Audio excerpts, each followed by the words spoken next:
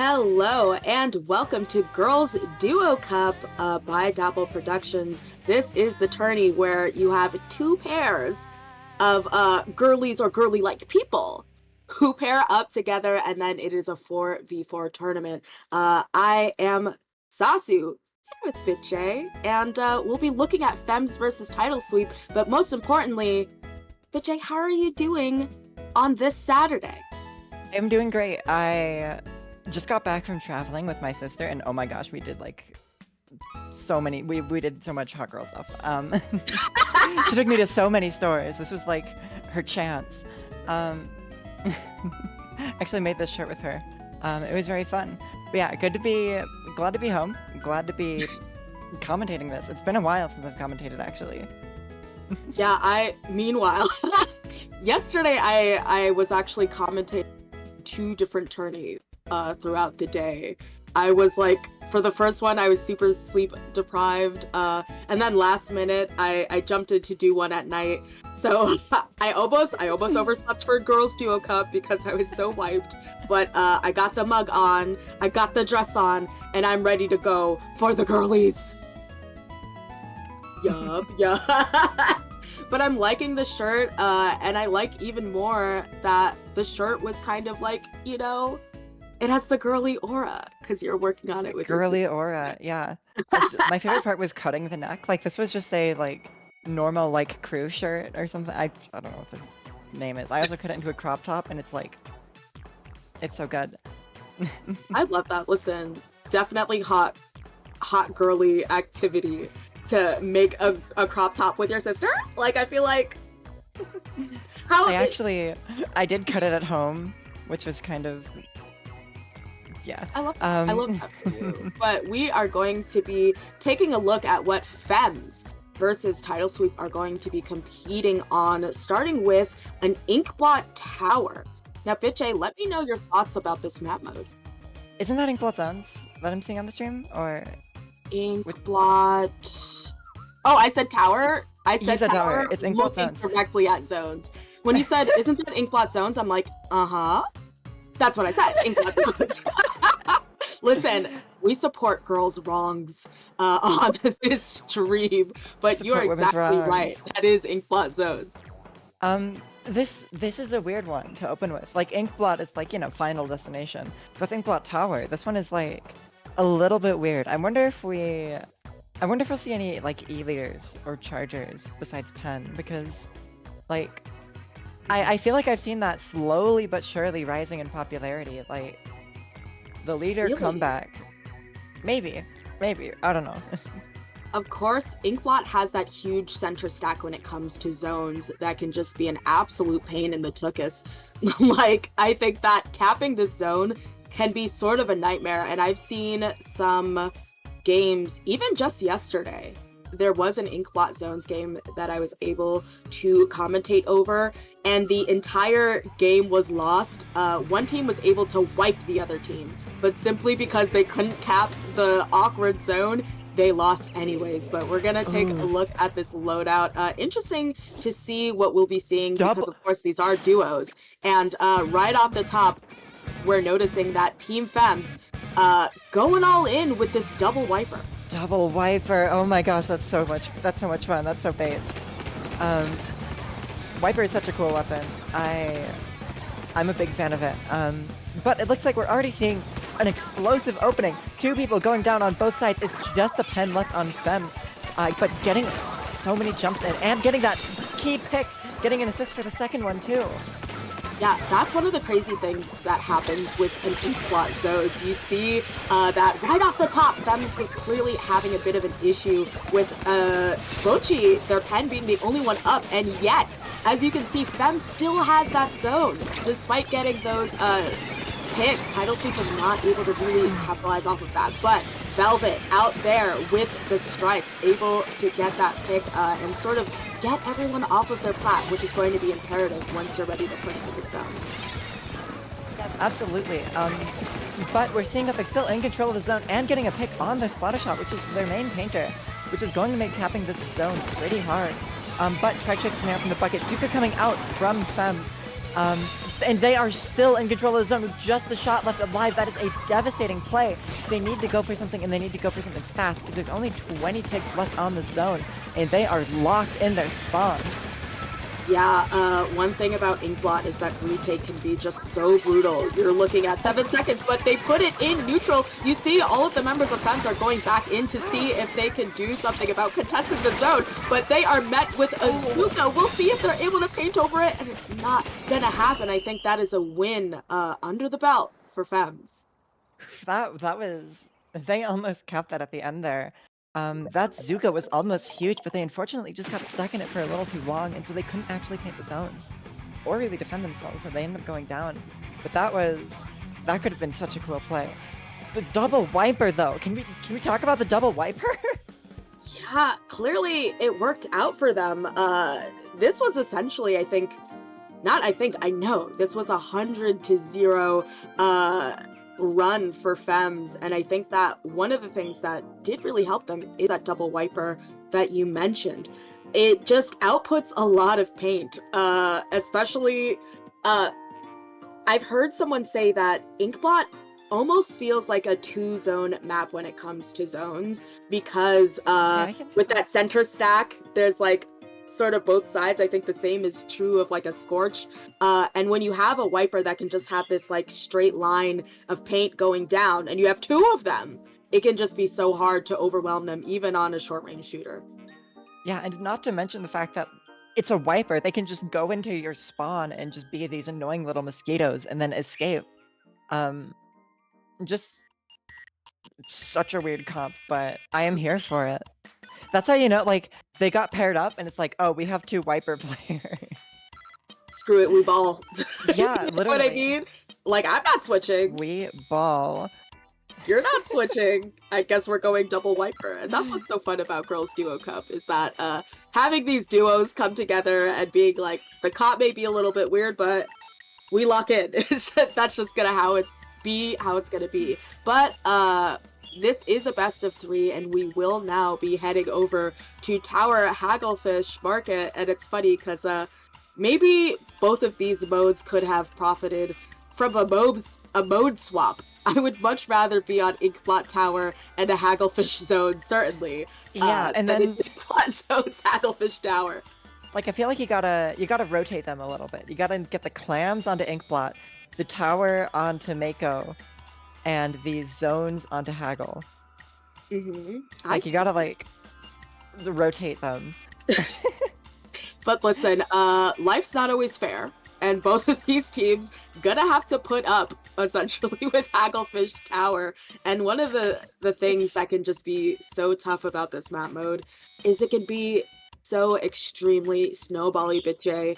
Like, you know, once that team passes by, I think it's hard to contest that top right section, that second check, but once you're on that third check, it's just you're stuck in your own spawn, and contesting the tower is just such a difficult task. Oh yeah, you really gotta be proactive about holding them off that top left area of your spawn, because once they get there, oh my gosh, it's so over. We'll see if it's Jover for any of these teams, and if we're gonna see the return of the double wiper, and there it is. Loving that comp, but looking to see that there's been a little bit of a not a little bit, I'd argue a lot of bit of a change over for title sweep, with Minuet, I think that is, changing over to the Kraken shot, and Velvet going off of that bucket instead to the new Frozen Pro. So we're going to be seeing missiles, and interestingly enough, no GG strikes. Yeah, and I think it's interesting because we're also seeing the rest of the wiper from the side of FEMS. You're so right. That I believe that's a Zuka. Yeah, that's Zuka curling. Oh my it's an interesting pick. I see how they swap. Zuka is pretty strong in the Absolutely, but what people don't necessarily talk about is in this change to Kraken, of course they don't have those GG strikes, but you do sort of have that GG Kraken, so I'm sure that's what they're betting on. And we were talking about how snowbally this map is. Already, FEMS down to their second check, and they are making their way to the third check, which I think after that, like you said, it is Jover, but Minuet said it's not Jover until it's Jover because I'm still going, and goes down in a trade, but I think it might be worth it. Gosh. No, but they're still here. They're still here. This is what happens when you have double Wiper. Oh my goodness gracious. They are still living. That was an insane recovery. Using the Wiper in the spot to stall stuff out, get their team back in, and still fragging out, and it looks like they are back on the offensive. Oh my gosh, seeing Tiny just kind of get double teamed by, I believe, 2 Wipers there is just so brutal. You see 2 members of Tidal Sweep are down, but right now they're having to take that top left to see if they can contest that tower, but easier said than done. Velvet, of course, I think there's 2 people up for them to possibly get those missiles on, but, you know, gonna get on my soapbox a little bit here. I think it's really good, this new Frozen, but I have to put in the rig that when people want to play pro on tower, I think we should go Forge. I don't know, it's got the suction bomb, it's got the GG Booyah, and sometimes just getting people out of a space can be so useful, but right now I think a little bit of stalling is going on as we go towards the halfway point in this game. Yeah, I think the moving with the Frozen Tower, the kit is just so much faster. Oh my gosh, Wiper bringing into hard top right, getting the Zuka out. That has to be GG, right? Yeah. Oh Yeah, my gosh, that play, faster. that was an impressive display. Oh my gosh. Look at that map. Not even a drop of blue ink past mid. That's how you Yeah. know that it was not just snowbally, but kind of a death map. Yeah, an extremely oppressive game coming out of Fems, as you can see there. Just, I think, their speed and their relentlessness. Not just do they have the you know, the Wiper. I didn't quite take a look at their builds, but I would assume playing Wiper, they're probably running a bunch of QR. So even though I mentioned that I think eventually Tidal Sweep was able to get several members down from the other team, it didn't matter because, like zombies, they were just back immediately, felt like. Oh yeah. That's one of the best things about Wiper. Just the fact that it has so much gear freedom to just run a stupid amount of QR. And then you just like have this thing that's like jumping in, distracting, and then dying, and then jumping in, distracting, and dying, and having 2 of them at once. Oh my gosh, I would not want to fight that. And these players are also just so skilled at Wiper. Just so skilled in general. Like all very good players, but like when you get a really good Wiper player who really knows what they're doing, like, oh my gosh. Yeah, I think that, you know, and that's just one Wiper player. They said, it's Girls Duo Cup, twice as nice. We're gonna have 2 of them here, and then even worse, like you mentioned, being on that rusty, Wiper, having someone pop a Zuka in your spawn is the thing of nightmares. You know what I mean? Nobody wants to see, all of that offensive pressure on them, and I think that Fems clearly put a lot of their stock into just being like, as they say, a good defense is a good offense, and I think a team like Fems shows that. But Tidal Sweep also, despite them being a little bit swept themselves, nothing to sneeze at. I really liked their comp and how they tried and attack these games, sort of. Being flexible with your comps is something that I think is underrated. Like, most people, they just have one comp. Like, you know, Pen, Splash, Drew Aggros. They kind of just run with that. But I think having these... not being scared to, like, change up your comp in response to what the enemy is doing is very good. Like, I think switching to more, like, shooters when you have double Wiper is potentially a good thing. Because then, you know, you can have the... like a bit better DPS to sort of aim at them, to shoot at the hammer as well. It's sort of a worse matchup for them. So I think that was a nice comp change. And they did definitely fare better, but the Vipers, they were still so good. I don't know. You know, I think they fared a little better with their original comp. I think, like I called out before we started, a lot of their downfall in that initial game was not necessarily that they weren't getting the picks. Of course, they were backed up a little bit, but we saw them get picks and we're like, they're contesting the zone, but it's just like they didn't have the positioning and the paint exactly where it needed to be, and that like ended up with them just not being able to cap the zone. I think that's just so frustrating when it's like I think this happens often also on a Numami where you get the picks but the two zones, it's just, and all this time is just wasted because you just can't cap over it. So unfortunate first draw, and maybe a luckier luck of the draw, so to speak, would have had some sort of other zonescape. But of course, these are just sort of rounds and not necessarily the bracket directly. So it's just one game, 1-2-0. They're just gonna have to GG go next. Yeah. And that's noticed in these early brackets. Like, you get the top seeds versus the bottom seeds, and so these games are, they can be one-sided, but you can get some upsets too. You never know what's gonna happen. Unless this, I don't actually know how this tournament is seeded. Well, Femmes is our 5th seed, and Title Sweep is our 6th. It probably, likely to some extent, goes off of people's individual Sendo profiles. So that's probably what we're looking at, and I think, when you go 2-0, 5th seed versus 16th seed, it's kind of what you expect. And also it's tough to go up against the top 6 when I think there are 22 teams in your first group of the day, right? So you're still just trying to get warmed up, and you get this funky map mode right off the top that you don't quite do well in. So certainly Title Sweep had their work cut out for them, but there are 5 rounds before they determine who goes into top cut in the bracket. So there's still a lot of game to be played. No worries for Title Sweep. My birds are here. The wrong way of pointing. I'm pointing to something in real life. Why did I put the wrong way? Okay. Yeah, listen, once again, mess happens, but we're here for it. We support, the Femmes in this house. So while we figure our lives out, I think we will be going to a short break, and don't you go anywhere because we will be right back with you. Yeah,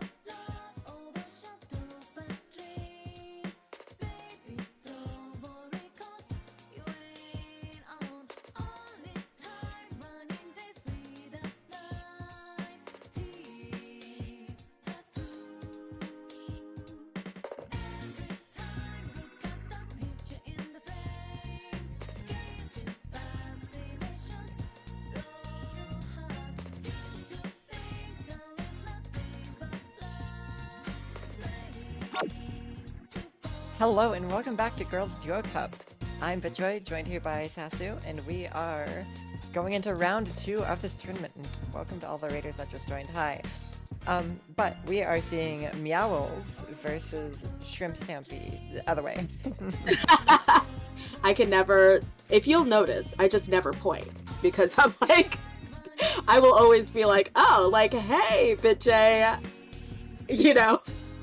But yes, this is going to be another exciting game in groups for us. I love Meowls. I only just got it when I looked at the emojis.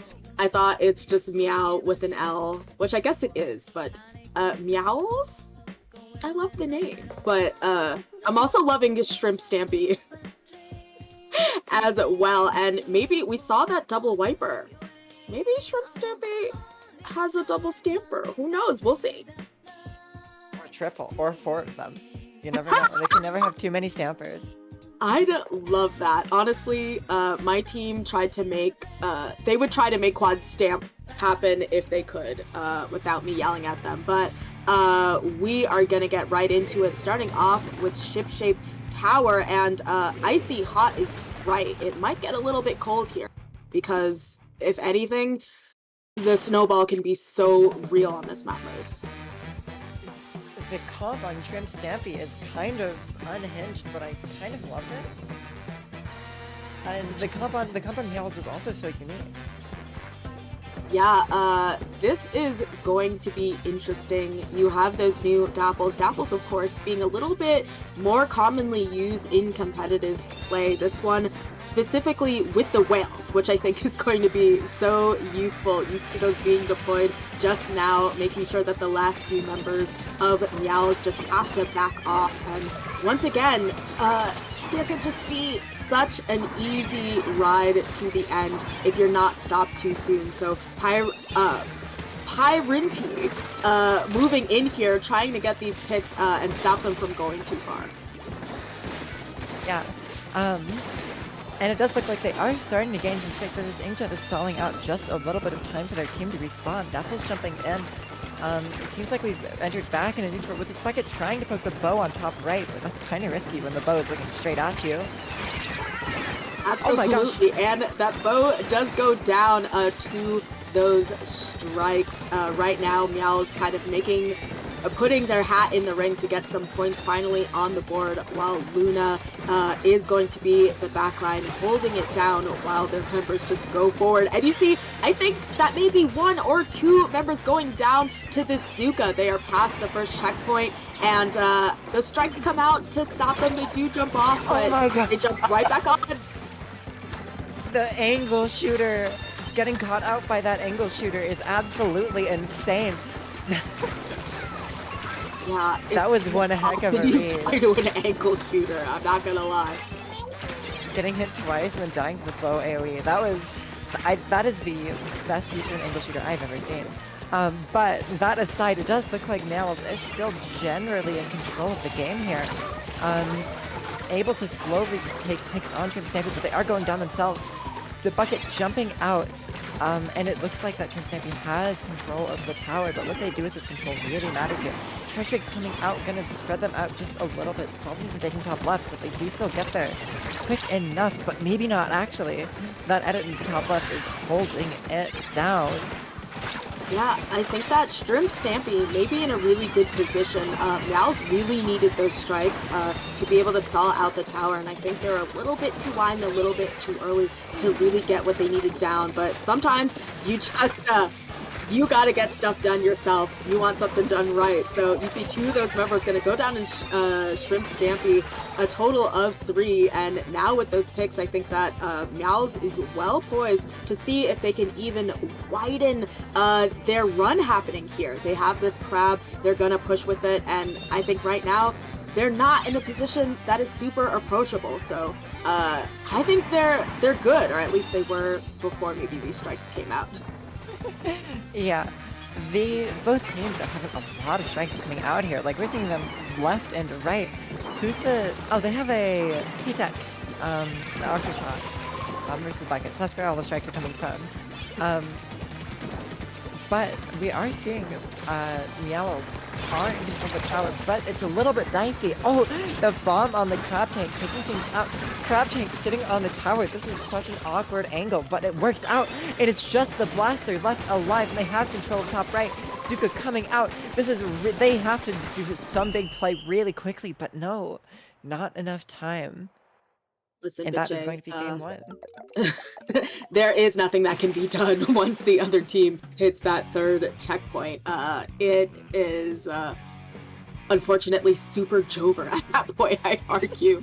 So I feel like once you have that dread on that on the top right and you have cleared that last checkpoint, you know, at that point, what can you do? Especially because we saw Azuka there, ready to just annihilate the rest of the people that survived that onslaught. But if you're Shrimp Stampy, you know that this is a best of 3, so this next map mode is sort of do or die for you in Rainmaker Scorch. But given, once again, how you can just kind of KO on Ship Shape Tower, maybe they feel a little bit like they have a better chance of keeping things under control on Rainmaker. Yeah, especially, well, this map is, it's like flipping a lever. Like, you don't get many scores around the checkpoint. You either don't really get past the checkpoint or you get down to like 10. Very true. I feel like when you look at games, you are definitely looking at like a 63-67 game where like I've even seen several on-stream matches where just neither of the teams are able to even clear first check. Like, it could be an absolute brutal firefight, especially because, of course, the person holding the Rainmaker doesn't have their main weapon, and so you're in this 3v4, and it's just gunning down. And then, it's not an easy shot to get to that final check, unlike some other maps, but taking a look at this loadout, interestingly enough, we do have that Wellstring. I'm assuming that Icy Hot may be a bow main, and what better place to have a Wellstring than Rainmaker? Oh yeah, especially because you get that literally super quick pop with the Wellstring. Bows are cool. I think there's a parallel universe where I'm a bow player instead of a Stamper player. Yeah. You have Icy Hot opting to drop here, but I think that already maybe Coco jumping the shark a little bit there and gonna immediately go down, and you see just everyone is coolered on the side of Meowth. They have just a lot of firepower. Mink getting this Zuka shot, trying to go for another one, but another one of their teammates able to get down Icy Hot. So right now, they just don't have a lot of contesting, and I think this is a check from Meowth. Getting that check is absolutely huge. And especially with Shrimp Stampy going 3 down. Yeah, those strikes come out once again a little bit early, but I think the sort of case here is to just scatter members, and I think there are just strikes there, but it's going to matter. Ooh, that was brutal there, BitJ. Oh my gosh. We were just talking about games where nobody scores, but like, wow. Getting to that check while getting 3 down. Like, that's huge, because I feel like you can either get the enemy team 3 down or get to that checkpoint. Doing both at the same time is just like, oh my gosh. Like, that is such a huge game-winning play, honestly.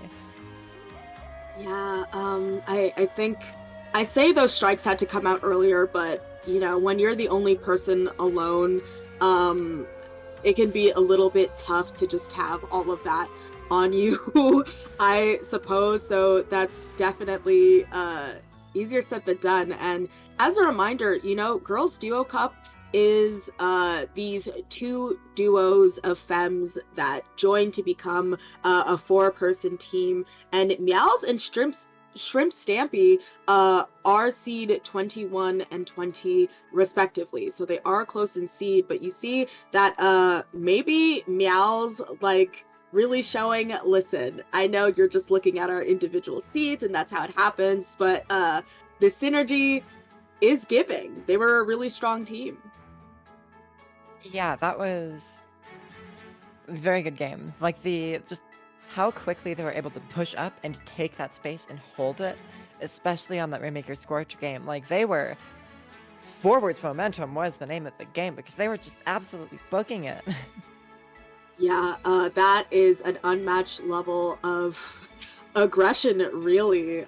They really handled themselves well, and quite frankly, like we were kind of saying, sometimes you see all this stalling or you see an absolute knockout, and clearly we saw the latter. But I think there is a point. There are some things. Well, ship shape. Rainmaker obviously not tournament legal in any tournament. I think like I don't know. There are other Rainmakers like where it feels.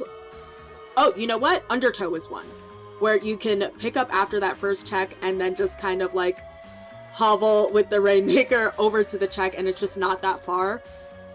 Scorch, clearly not necessarily one of those places, but retake could be just so brutal there. Like, I feel like I know what it is to be completely wiped, and then like spawning back in, it just feels so hopeless. I'm like, we have this high ground, but it just feels so terrible to be in your spawn while the other team is pushing. Really on anything. Mostly Rainmaker since they're going to your spawn, so definitely can't be too bad at Shrimps can't be for struggling a bit there. Yeah, yeah, those were nice games. These maps have been so weird. I don't think we've seen like a normal map this entire tournament so far. I think Like, ship-shaped tower is pretty normal, much to my that is chagrin. fair.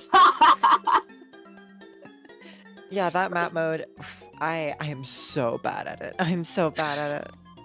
Well, when you think about it, Girls Duo Cup is very much so. It feels like a special occasion Yeah. for all of the girlies to just kind of get together and have like this very pink-coated event. So if we're gonna have this very special event, this very special tourney, then I'm not mad at the special maps. You know, you're doing something a little bit different in all sort of cases of the word. But I think we might be going to a short break since we've finished up that round and that game. So in the case that I'm not crazy, you know, we're gonna go to a break. Nobody go anywhere. We will be right back. Yeah.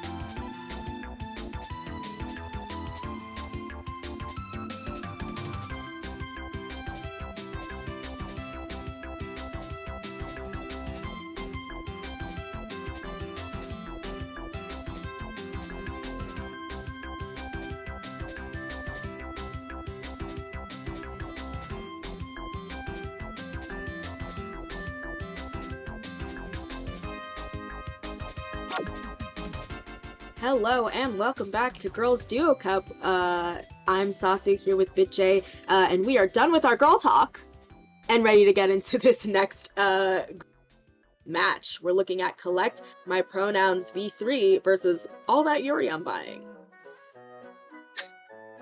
These team names, they're like... I see you having a little giggle. they're peak. They're absolutely peak. No, I love to see that. You know, even though we're all girly coded, our pronouns are all over the place still, you know. I'm obviously casting, but my pronouns are they, them, so I love you're collecting all the pronouns, all the she, hers, all the they, thems. You do what you need to do here in Girls Duo Cup. So I live for it.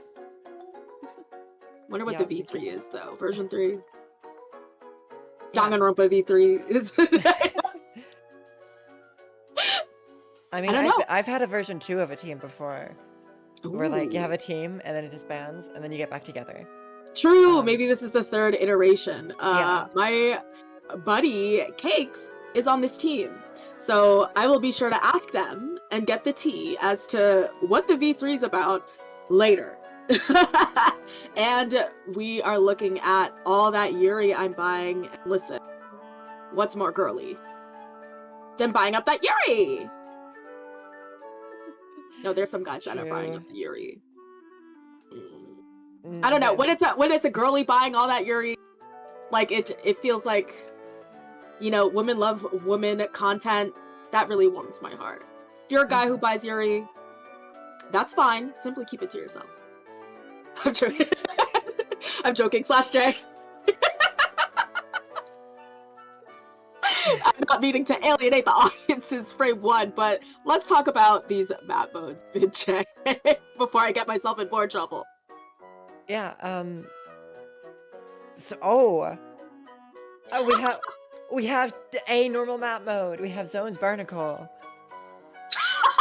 The way you skipped over Clam Blitz, Manta Maria. We have one normal map mode in this one.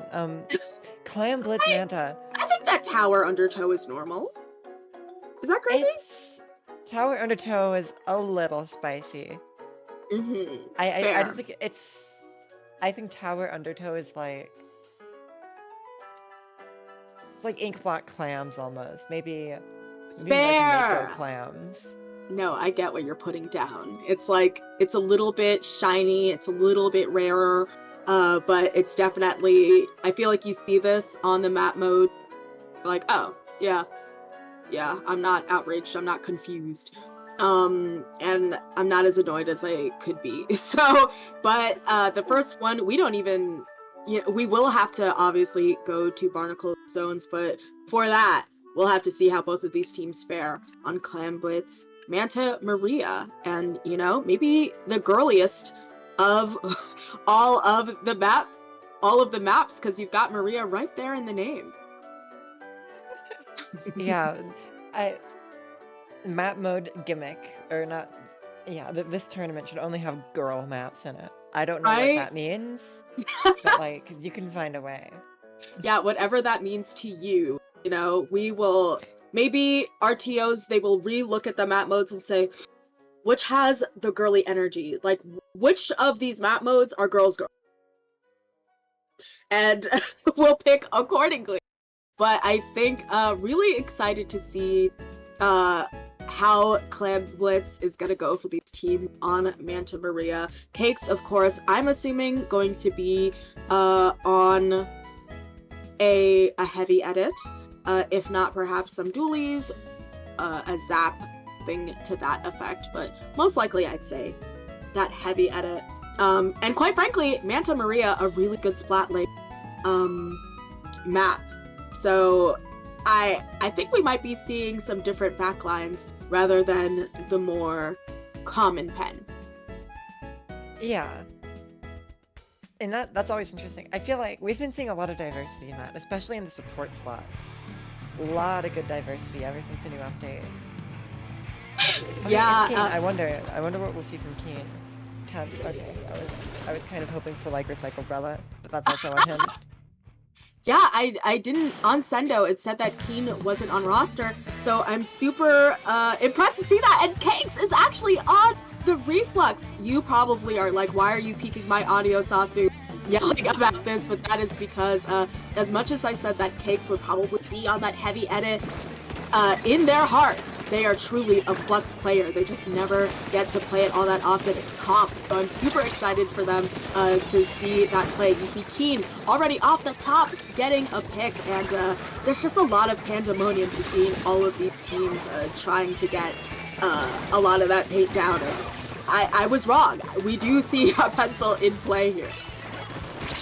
Yeah, and the fact that it's the Reflex Deco is actually very interesting. But I feel like it's kind of a, like, Giga Brain play, because they're going up against a pit, and that kit, like, kind of seems like it would eat its head. It's got the Reef Spider that goes through the shield and got the wall and breaks it. Definitely either lucky. I'm just surprised it's not the new one, Booyah. Ooh, that is going to be an absolute wipe. So you see the members of all that Yuri I'm buying just throwing all of their clams so that they can get that basket open, which they do really successfully. And I think that Collect My Pronouns V3 is in a bit of a pickle. Of course, they have Keen in this tent, just putting down a bunch of these vines and being an absolute menace. And you were mentioning that Reef Slider, unfortunately not going to be enough to get out of Clean, who does just get out clean. Yeah, definitely, I really want to know the reason why that Reflex Deco is here. But Collect My Pronouns does have a special at the ready, but so does all that Yuri I'm buying. Both of them have Azuka actually. Shot goes down, S-Blast goes down, people are going down left and right here. But coming back with Cooler, Reflex getting one in the middle of everything, going down unfortunately. Kind of just chaos here in mid. Both teams just seeing if they can find a foothold to get that push going, but neither of them are able to find a clean advantage. I will say regarding this Reflux Deco, of course you have that Reef Slider, and I think that Manta Maria can be kind of a cramped map. When you go down here, this exact spot, there's a lot of people who just kind of bunch up there. Now, you could argue missiles would also be very productive there, but you know, sometimes you do it for the meme, you do what you need to do. But so far, I think they're Pen online finally having that power slam. We are just past halfway through, and now Collect My Pronouns is going to have to figure out a way to get in and finally open this basket. That Flash trading with the pen there. You see the model is going in, getting one, but their team is 2 down, so this is definitely a risky play. If they go down here, they will be sort of stuck in the water. Oh, and they do manage to get out though. Yeah, that is a clean jump out, but unfortunately giving up that space has given the opportunity for all that Yuri on to really take mid and put a lot of pressure. So far, the clam economy not in their side, by which I mean there is no clam economy for them. They have 0 clams, but they are very quickly trying to see if they can capitalize off of all of this space they've gotten by opening that basket, but it's just not going to happen. I think right now... What a shot! Yeah, getting those picks, just like we saw Cricket do with that Zuka shot. Oh my gosh, they are struggling with these clams, both of these teams. Like, they have had pushes ready and then just had to fumble around with clams for 20 seconds. But all that Yuri I'm buying is scoring once again. Yeah, and I think you see one by one the members of Collect My Pronouns V3 are going down. I think that's 3 total down, and I think her V-shot saying, I'm not going to make the same mistake twice. I'm going to make sure the clam economy holding this space and putting in all this effort rather than just knocking out. So that Cooler does come out. Cakes is ready here with the Reef Slider, but there's just a lot going on. That Reef Slider immediately getting cancelled by Cricket. Yeah, 30 seconds left on the clock, and all that you're buying is down to 50 already. And with more balls, they have to, Collect My Pronouns really has to make a big play here, and they have to make it fast. 16 seconds left on the clock. They don't even have a ball. They do have Kitty at their disposal, but they are still fighting for their lives in the street. Getting a pick on the Zap, getting a pick on the S-Blast. 3 specials out. Wait, could this be it? getting another pick as well. Yeah, I think we are in overtime, but is that 1 or 2?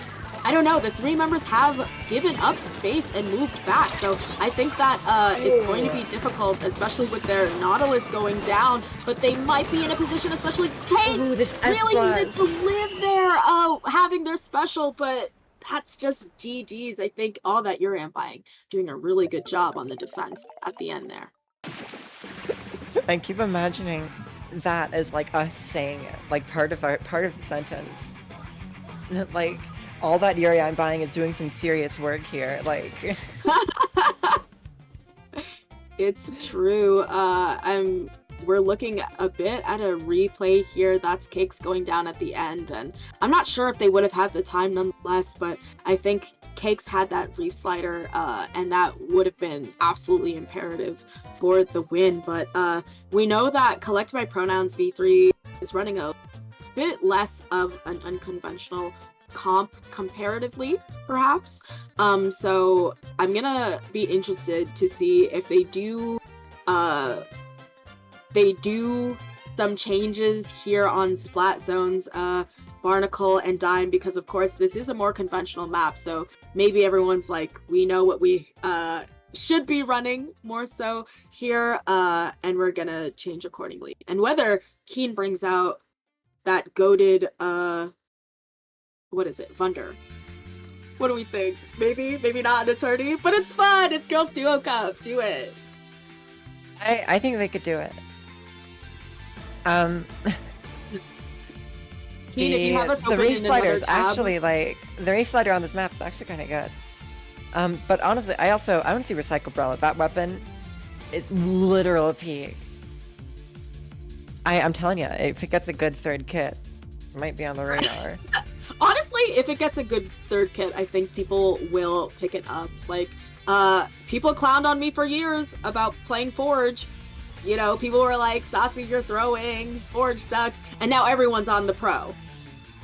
Oh yeah. That Splat Bomb is just so goated. So sometimes all you need is a really strong kit, and then the people will wake up, build it, and they will come. But yeah, we are definitely looking forward to see if we're going to do those changes. Perhaps do not see a change from Cakes back onto the heavy edit, seeing as though I think it was Collect My Pronouns V3 that had that pencil. Am I wrong about that? I think I'm right. Yes. I think all that Yuri I'm buying had a zap.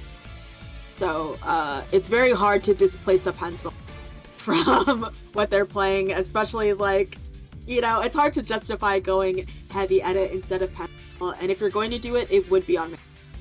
So I am assuming that everyone might be sticking maybe with some little altercations to just, you know, make sure that they can get their picks, and that they're not getting locked out, because that will get brutal on a place like Splat Zones. Yeah. And they are taking their time though, so we'll have to see. Like, they might be deliberating these comps. Either that or just talking about the map. Yeah, maybe it's and sometimes, you know, I know what the comp is, but I definitely like leave. I don't press A. I'm sorry, I can be one of those girlies. I'm like, I want to take my time, like the whole lobby's waiting for me, and I'm like, yes, I'm just having a little chat with my teammate. Like, I'm sorry, you guys will have to wait for the whole. Everyone probably like, you're the annoying one. Well, yes, I am, but I will take my time. A queen makes others wait. I'm gonna stop being obnoxious for one minute.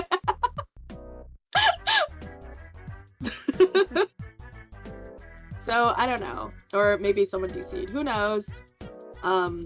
But we will wait. Controller issues apparently is the problem, and you know what, Bitche? Right now I'm going through the issues I've had in my entire life, so I can't even fault it. Like, if I were to tell you all the controller issues I'm having, it is bad. But finally, JK, not finally, we will be restarting. I think that is a DC out of perhaps Keen, or maybe they were switching out. All that Yuri Undying has a roster of 5 members, so they should be able to sub out anyone who's having an issue, or if alternatively, maybe it was Collect My Pronouns V3 that was having an issue. Either way, both of them have 5-person rosters. They should be. Yeah. That is funny. It's a duos cup, and the amount of 5-person rosters, like. Yes, we were talking about that before. Yeah. I guess people, rightfully so, have their have their sub just in case, you know, there's a issue. My Pro controller has like the left control stick doesn't work properly, so I randomly like inch forward and like stall in ink. And so I'm like, okay, I'm actually a handheld player, so I'm only playing docked because the part that docks the Joy-Con is not connecting on my Switch. So I was forced to like play dock if I wanted to play the game. I play like I have feet for hands. Like, I'm no good docked. I can't do it, but I'm trying. And then my Pro controller very recently crapped out on me. Okay, we're moving on. We're moving to the Joy-Cons in the little thing. I'll be playing on Joy-Cons. Just get a really wide thing, and then you're good. And you know what? BitJ, drift. My Joy-Cons are drifting. I can't catch a break! A girlie can't catch a break. Oh my gosh, that is horrible. I don't know what it is. I haven't experienced any controller drift, like, ever. I mean, on my Joy-Cons, yes, of course. Joy-Cons are... But, like, my Pro controllers are freaking, like, they are sticking it through. I've only ever had 2 of them. The Splatoon 2 one and the Splatoon 3 one. Yeah, my Pro controller, I felt like I never had a need for them. I think I got one just in case I'd have to play one at a LAN, which is silly because if I play docked at a LAN, I like can't play. It's like I can't play docked at a LAN. I just can't. I will self-destruct because I'll be trying to do things and I'll mess it up and then I'm mad at my self-destruct. Be like, no. It's really tough. If you are a docked player who's ever played handheld, that struggle of this feels awkward and I don't like this and I'm not playing like a human being with opposable thumbs, that is how it feels docked. It is just unplayable. And so I got the Pro controller, but the Pro controller said, alright, that's enough. I'm out of here. It's not even drift, it's just like the control stick's just not working. So hopefully that is not happening to either of our teams and it's something that's fixable. Oh yeah. They're getting a sub apparently. It's that bad. With a 5-person roster? What is going on? Ooh, I want the Veggie Honey. Oh my gosh. This is like, I was playing at Sunset Surge, Great LAN. It was very fun. I thought it was 2 days, but it was 1 day. And so it was very long. I didn't bring any food, so I was like starving.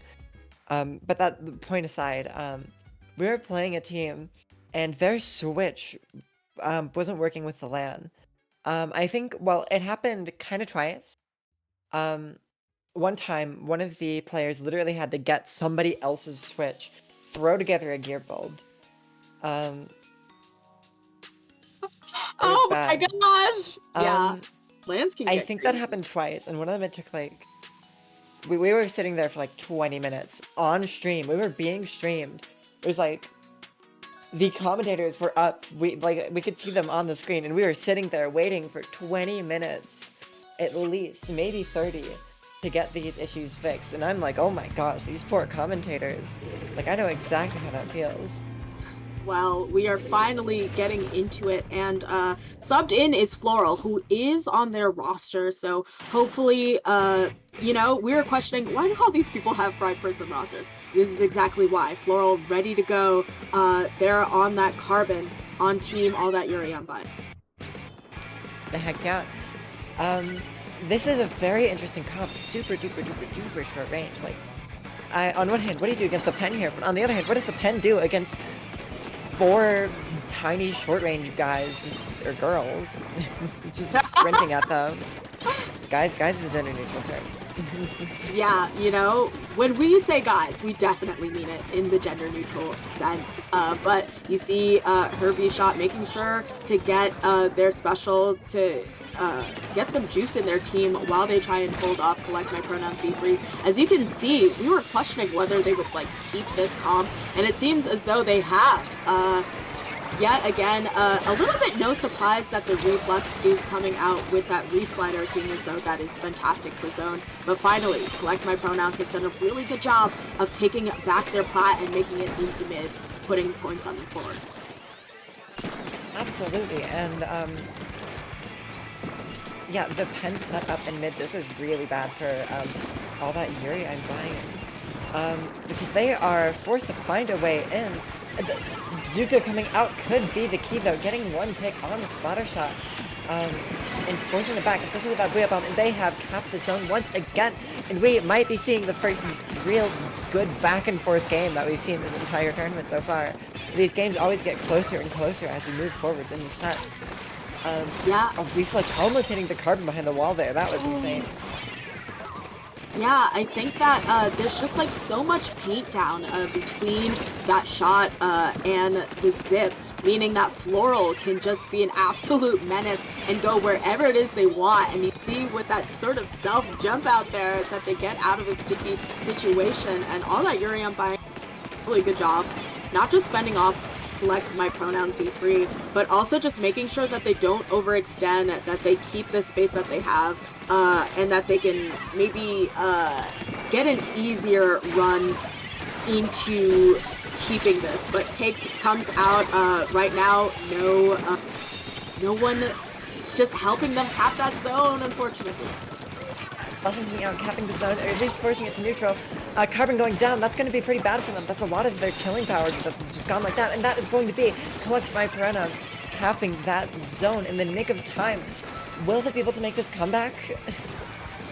I think that Collect My Pronouns, what a masterful gambit. They did a really strong job of getting exactly the picks that they need, as you mentioned, to be able to get back into mid, but unfortunately Floral does come back with a vengeance on this. Only gets one pick, but sometimes that's all you need. I think that what's helping all that Yuri on buying is this offensive pressure, especially from Floral. That's really helping them out here. So that's 3 members down from Collect My Pronouns, but luckily there are 40 ticks, so they have a lot of fights to take.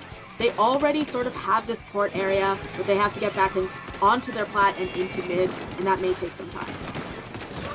Yeah. And with the penalty this low, they are getting pretty desperate here, but the splashdown capping the zone is absolutely huge for them.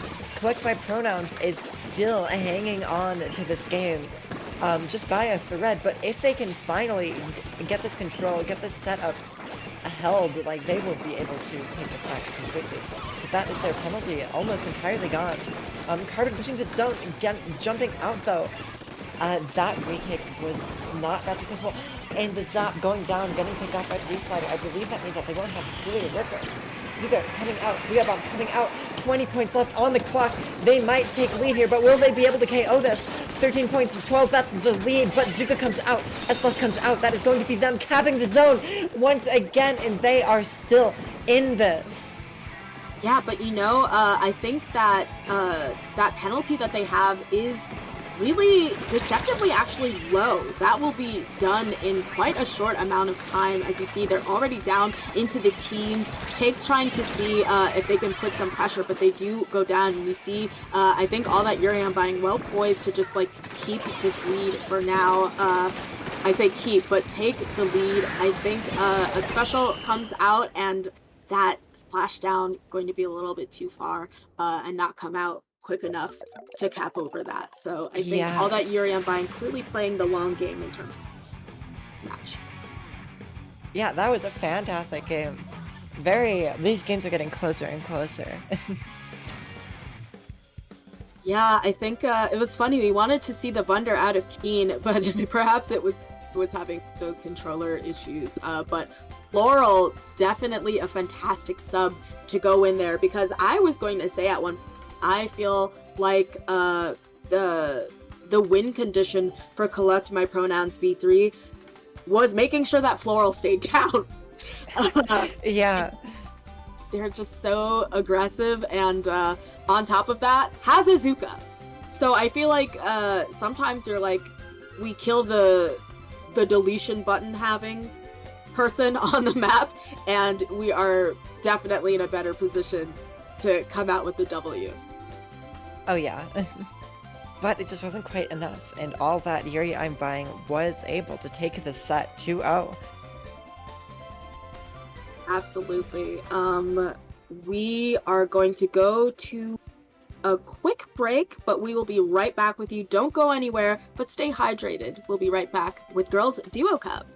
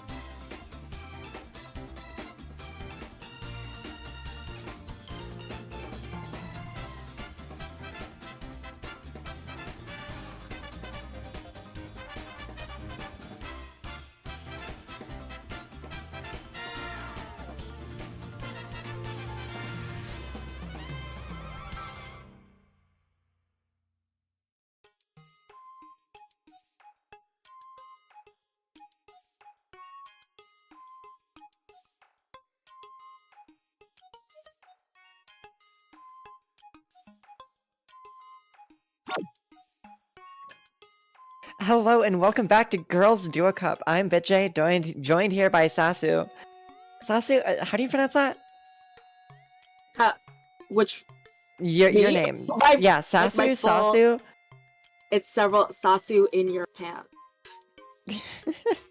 It's like a one word, and then I've seen like when they see it because they just think it's like one long. That's why, hence the capitalizations, to help people out a little bit. That it's not like a conglomerate like in German, for example. They'll just put like a lot of words together, and it's one long word, but it's like a compound word. Sasu in your pants, but Also, you didn't have that tiara on before, did you? I did not. Oh my gosh, did not. slay! I actually, for those watching, I literally at my desk, I don't usually commentate at my desk. We have cams on. I just had a tiara on my desk sitting there looking at me, and I was like, that is wild. Why don't I have it on? That's crazy. Donning the You don't tiara. have to wait for anybody to crown you. You crown yourself, queens. Yeah. I'm in a jank setup. I'm going to be moving into a new place very soon, but like so janky backlit. I'm on my freaking laptop I'm on my laptop webcam, sun streaming into the window. I can't even put the blinds down because there's a bird cage in the way. Just out of frame, there's a bird. There's another bird somewhere. They're Oh my chewing on the God. blinds right now. It's very Disney princess. Like you're like, oh, there's birds. Like I can't close. There's birds here. But let's see. Getting into our team, we have Teto Fan Club Girl versus Vivid 28. I wonder if the members of Vivid 28 are indeed 28. That'd be a funny coincidence. Yeah, honestly, I'd love that. Like, girls duo cup, you have two people that come together, and everyone related is 28. Who knows? Or rather, there's a team called 28, and they are with, I think, a team member of a team called Vivid. So they are Vivid 28s. Taking a look at these loadouts, let me see if there's anything in particular that's interesting. Starting off with that Nautilus that we're seeing out of Teto Fangirl Club. It's interesting we're seeing this twice, especially because this first game, of course, is Rainmaker on Crab Lake Capital, but you can see a very early wipeout. Holy heck, especially out of Teto Girl Fan Club, who I believe are our bottom seeds, already with a dominant opening. Yeah, that is absolutely insane. Bladias, which is, I think their actual name is Luna, picking up the Rainmaker. On the Great, stalling this out. Zuka comes out, but they live it. The reslider, they almost live that. That was so cool. Yeah, wow, just barely. They did a really strong job getting that to one. So I think, Vivid 28's realizing that they can't necessarily take the team lightly simply because there's a 20-second seed. They're gonna have to lock in if they want to take this W. You see that splashdown coming out. Latias eventually punished for maybe being out of position. Marcy Inc. also going down the same way. But due to that crab from Teto Fangirl, to be a little bit more careful with getting this Rainmaker out of their spawn. Absolutely, and it looks like that Teto Fangirl Club is still having great control of mid. Luna on the Nautilus, just like absolutely destroying. Nautilus is always a weapon that I feel like people underestimate. But we are seeing missiles coming out. Pen goes down. This is a very good situation for Vivid 28. But they do go, the machine does go down, and Teto Fangirl Club is getting jumps back in. Yeah, you can see, first of note, JJ getting this really strong pick and just being an absolute menace, going in for that immediate punish from, perhaps that little bit unnecessary reslider, and this aggressive crab. This is an absolute nightmare on a place like Crab Leg, to have the crab just pressuring you on that top right. There's not many places to go, and Teto Fangirl Club still pushing, still stalling to they can get this knockout with us just hitting the halfway point essentially. Yeah, and they don't call it Tri-Strike Leg Capital. Oh my Crab gosh! is very good in this map. But we are seeing, oh my gosh, even more points, all the way down to 10. Wait! No way! Pitche. 3 of the members of Vivid 28 went down. It was just their machine, and oh my gosh. Unless you have your Zuka, you're already in just the struggle bus, really. Sid coming in there at the end, breaking maybe the group drip a little bit. But you can see here, this is when Latias, people were finally spawning back in, and like you said, that is there on Sendo. 3 of the members went down. It was just the machine, and it's very much so like we saw with that Rainmaker Torch game before. When you're the only person there, on a really difficult retake, there's just not much you can do. Oh yeah, and I think seeing this performance out of the one of the lowest seeds in the tournament is the lowest absolutely incredible. This is if I'm not mistaken, this is a bit of an upset actually. 12th seed versus 22nd, and 22nd is currently winning. Don't underestimate them just based on seed. They are locked in, because that was a brutal game. As you guys saw, Vivid 28's not able to put any points forward, really. So, I think that's what, ultimately, seeding only means so much, you know what I mean? And sometimes you end up being a lower seed just because you don't have your like in Sendo, or you're not playing Sendo queue or what have you. So sometimes it's not completely accurate, or you have someone who's just jumping on Sendo like for it, right? And so one person is kind of dragging down your seed because they're just not active on Sendo, and that's fine. But yeah, I think that people have a tendency, understandably so, to really count out. But to have such a dominant game one, usually you see that because you have a really unbalanced, like you have seed 2 going up against, say, seed 18, and you're like, well, it's kind of par for the course. But when you really have an upset like that, really, really amazing stuff to watch. Absolutely. Like, it's always fun. But we are going into this next map here. We're on TC Mako. Finally a normal map. We did it! We got a normal map! Woohoo! This is a more common map mode in competitive play. So both of these teams should vaguely know what it is they should be running, but once again, this is girls duo cup, so some of these teams are going to have to be contending with the fact that they don't have usual comps, so they're going to have to dip into what it is that they have. And what are you seeing here, Bitche?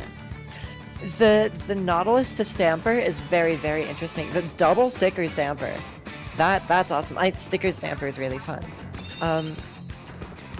But yeah, I think that our Stamper on my team also enjoys a Nautilus, so perhaps this is like a pipeline sort of thing.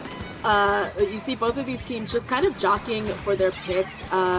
Vivid 28's a little tiny bit on the back foot, losing a little bit of that space, but you see the whole map is just completely yellow, and they're able to get people not quite take out the pencil, which would have been, of course they get their colors. So right now, finally, Vivid 28's just really on a run and seeing what they can do with this momentum. And actually, I think the Neo Machine is a very interesting pick because the Booyah kit is very, very strong as well. So I guess it is a 220 piece special.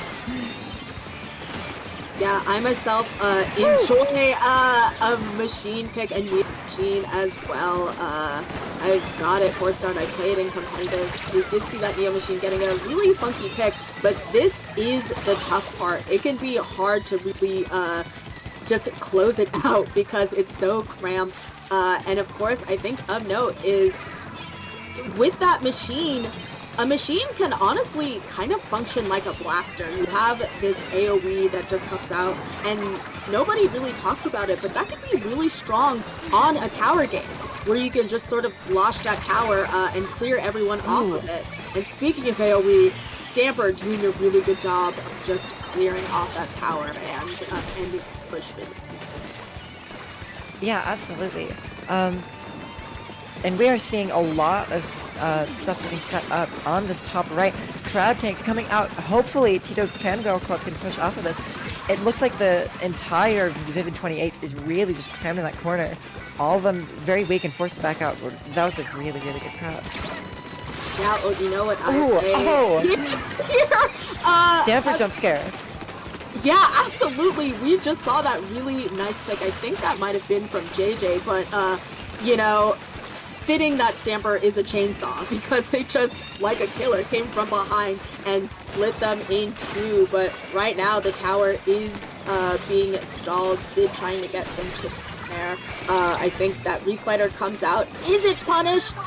So Sid's gonna have to jump out, and I think Fangirl giving up a lot of space and allowing Vivid 28s to once again make a run. It doesn't feel like it, but we're only just past the halfway point, so yeah. There's still a lot of Splatoon to be played if both of these teams really lock in. Yeah, absolutely. Zuga coming out already with the Stamper down. That is a very bad situation for Tito Fangirl Club. The splatter shot is going onto that top left area, and maybe going for a bit of a flank here. Reslider does come out though as well. He doesn't get anything, but ooh, they do get punished for it in the end. And that is going to be finally a foothold for Tito Fangirl Club. These strikes keep coming out really early. They need to slow down just a bit. The tower is so far behind, but farming these picks on the rest of the team is definitely definitely what they want to see here. Yeah, I think this was a bit of a misplaced, Ooh, what's the word? Cooler, Cooler? unfortunately, that is going to break before several of their teammates are able to catch that. So I think they're going to have to play a little bit more careful with this push, and I think that JJ has been doing a really fantastic job this entire time. You see, they do get that pick on two as they head in here, and I feel like their Crab has really been the linchpin in their ability to make their Oh. pushes. They go down, and that's 2 members, so we'll see if they're able to... Oh my gosh. No salvaging there. With that pencil going down, that's going to be like... Yeah, and Astrid on this machine absolutely going wild, getting so many picks and assists. Like, that is MVP of that defense for sure. And now Vivid 28 is back in control. 36 seconds left. Tito Fangirl Club needs to do something quick in this machine. Getting double with the Suka is absolutely devastating, and it looks like this might be it. With the tower. Oh my gosh, they stop it at 1. But it's just this T-Tech left. T-Tech versus the machine, and they don't push the tower, and that is going to be game 2 going to Vivid 28. It's the first 1-1 that we have seen so far. Yes, it is not going to be a clean sweep for Teto Fangirl Club. Vivid 28 stopping them right in their tracks, as we saw. I think, I don't know, maybe a little bit more aggression at the end there. I think they might have had a really strong come from behind win, perhaps if Marcy drops there, or I think uses a bomb perhaps on that tower, but yeah, I think that Vivid 28 did a really good job of capitalizing off of perhaps a little bit of passiveness, and I think they just recognize that they cannot go into this game taking it lightly. They're really gonna have to lock they're in. locked in. But I'm just curious to see how Game 3 plays out, because those are 2 very, very different feeling games. Like, the fact that that was the same teams playing on both of those sides, it doesn't feel like it. Yeah, there's kind of like a switch of roles there in terms of a team really struggling to deal with the aggression of the other team. But I also think that Vivid 28 did a really good job with the comp that they picked. I think that they had more AoE. They had that Zuka, which was just running rampant and giving a lot of issues to Teto Fangirl Club on that last game. So we'll see how that fares in next museum, which is another spicy, less seen map mode for you to come across. Yeah, this is a charger map. This is a leader map. I don't think either of these teams will pull out a leader though, so it'll be interesting to see how it plays out. The flanks on this map are so much fun. I really love dropping right constantly. My teammates do not like me dropping right constantly. Dropping right on what weapon? Stamper. I'm a Stamper. Oh, you're the temptation is too strong. Listen, it's like, what if I get 3? Yeah, but I can get 3. I think every Stamper feels like they can get 3 if they drop right. This isn't like you. That is certainly not to you, but I think that both of these teams choosing to stick with what they have going on, and I think one of these teams having a pencil, having a lot of that range, that really helps them in somebody going down already. Speaking of dropping right, oh my gosh, the Tito Fangirl Club is back with their absolutely dominant gameplay. Like, oh my goodness gracious. They wanted to lull Vivid 28 into a false sense of security. But that is fantastic opening, just completely collapsing on the entire team. But a little bit far back, but it doesn't even matter, because Vivid 28 is still going down. Random spot bomb, looking away from the explosion. Getting a pick is wild. Restarter coming out, not doing anything, and we're already down to 50 points remaining.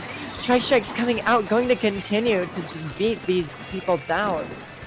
Yeah, this is terrible for Vivid 28. You have oh my gosh, and here comes the crab? There. I think. Those. But once again, with that center stack, it can be so difficult to paint over that zone, and you see Toons trying to do it a bit manually and going to win out due to the, I think, poor positioning, unfortunately, of the pencil who dropped down. Or I'm incorrect, that was not the pencil, I think, but JJ just trying to get those picks in there, and picks indeed. That is a wipeout, courtesy of Teto Fangirl. Yeah, and here we're seeing, trying to set up the crab tank, accidentally squid searching. Here comes the crab tank, getting out, the very threatened by this machine though. And, wow!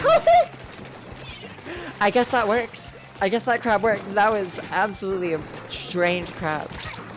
Yeah, but honestly, we've been seeing JJ's crabs this entire time, and they are just oppressive. Like, I feel like every time they've had a crab, often they do get picks, or at the very least, even if they're not in what you would consider their perfect position, they are enough to threaten the other team. But so far, Vivid 28 finally getting that zone, and that's going to be huge for them because the penalty. And Astrid has just been wreaking havoc on their team this entire set with that Zuka. Not going to find anybody, but I think the fact that they are positioned in such an aggressive place is huge for them. Absolutely huge play from Teto Fangirl Club. Getting two with that dually, and one going down to the strikes as well, and that does look like this is potentially going to be capping the zone. That being said, Restarter is coming out, and the zone is still in neutral. Spotlight shot going down, and they have not capped the zone.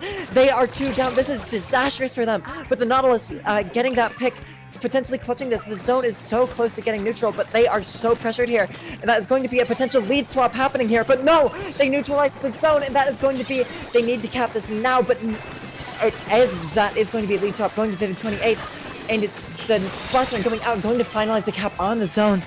Sigh of relief from Teto Fangirl Club as they go 2 down once again, that they managed to cap that zone, but that is absolutely one heck of a comeback from Vivid 28, and they are still in control. Yeah, I think that this is very reminiscent of what we're seeing out of that Buzz game, when you have this really, this thing that like just takes up all of this space really in the middle of the zone. It can make it so difficult. But you see them recalling a little bit back into mid, seeing if that they can put in that pressure. Of course, I think that Marcy right now in a 2v1, but right now it's all about the picks, and JJ goes down. That is not what you want to see against an active Zuka. They have to cap the zone now. The splashdown has to neutralize it, but no, it doesn't. 2 points, 1 point. No, they don't quite neutralize it, and that is going to be the game going to Vivid 28 by a super duper duper duper tiny margin. Yeah, you know, we are looking at that 2-1, but that was hard. That was hard won for Vivid 28. Really, they had to put in a lot of energy and work to make sure that they kept this game, because for a while it was looking like Teto Club was running away with it. A really great set for us to watch here on stream. Oh yeah, that was crazy. That was wild. That was fun. What a good set. Wow, I'm kind of lost for words there. That was... Yeah, I think a lot of these have been blowouts so far. A lot of these teams just randomly, and it's funny because the first 2 kind of were blowouts in either way. You know what I mean? Both very oppressive games, and I think once both of them kind of woke up to the amount of like, you know, just how strong the other team was, that culminated in that final. Which was just so exciting to watch. I'm glad that that was streamed, because I feel like you see the 2-1, you're like, oh, okay, but having seen that, you're like, oh, wow. Like, that that could have been a 2-1 or 1-2, have you. So, yeah, great game from both of these girly teams. Heck yes. That's really fun. That's awesome. And there's only one more round left until we get to the top cut bracket. which teams will make it? That is the real question. Because I'm seeing some familiar faces, ones that we've commentated in the top cut already, but there's still one more set. And speaking of, we are going to go on a very short break here as we get that next set ready. So don't go anywhere because we are going into the last round of Swiss.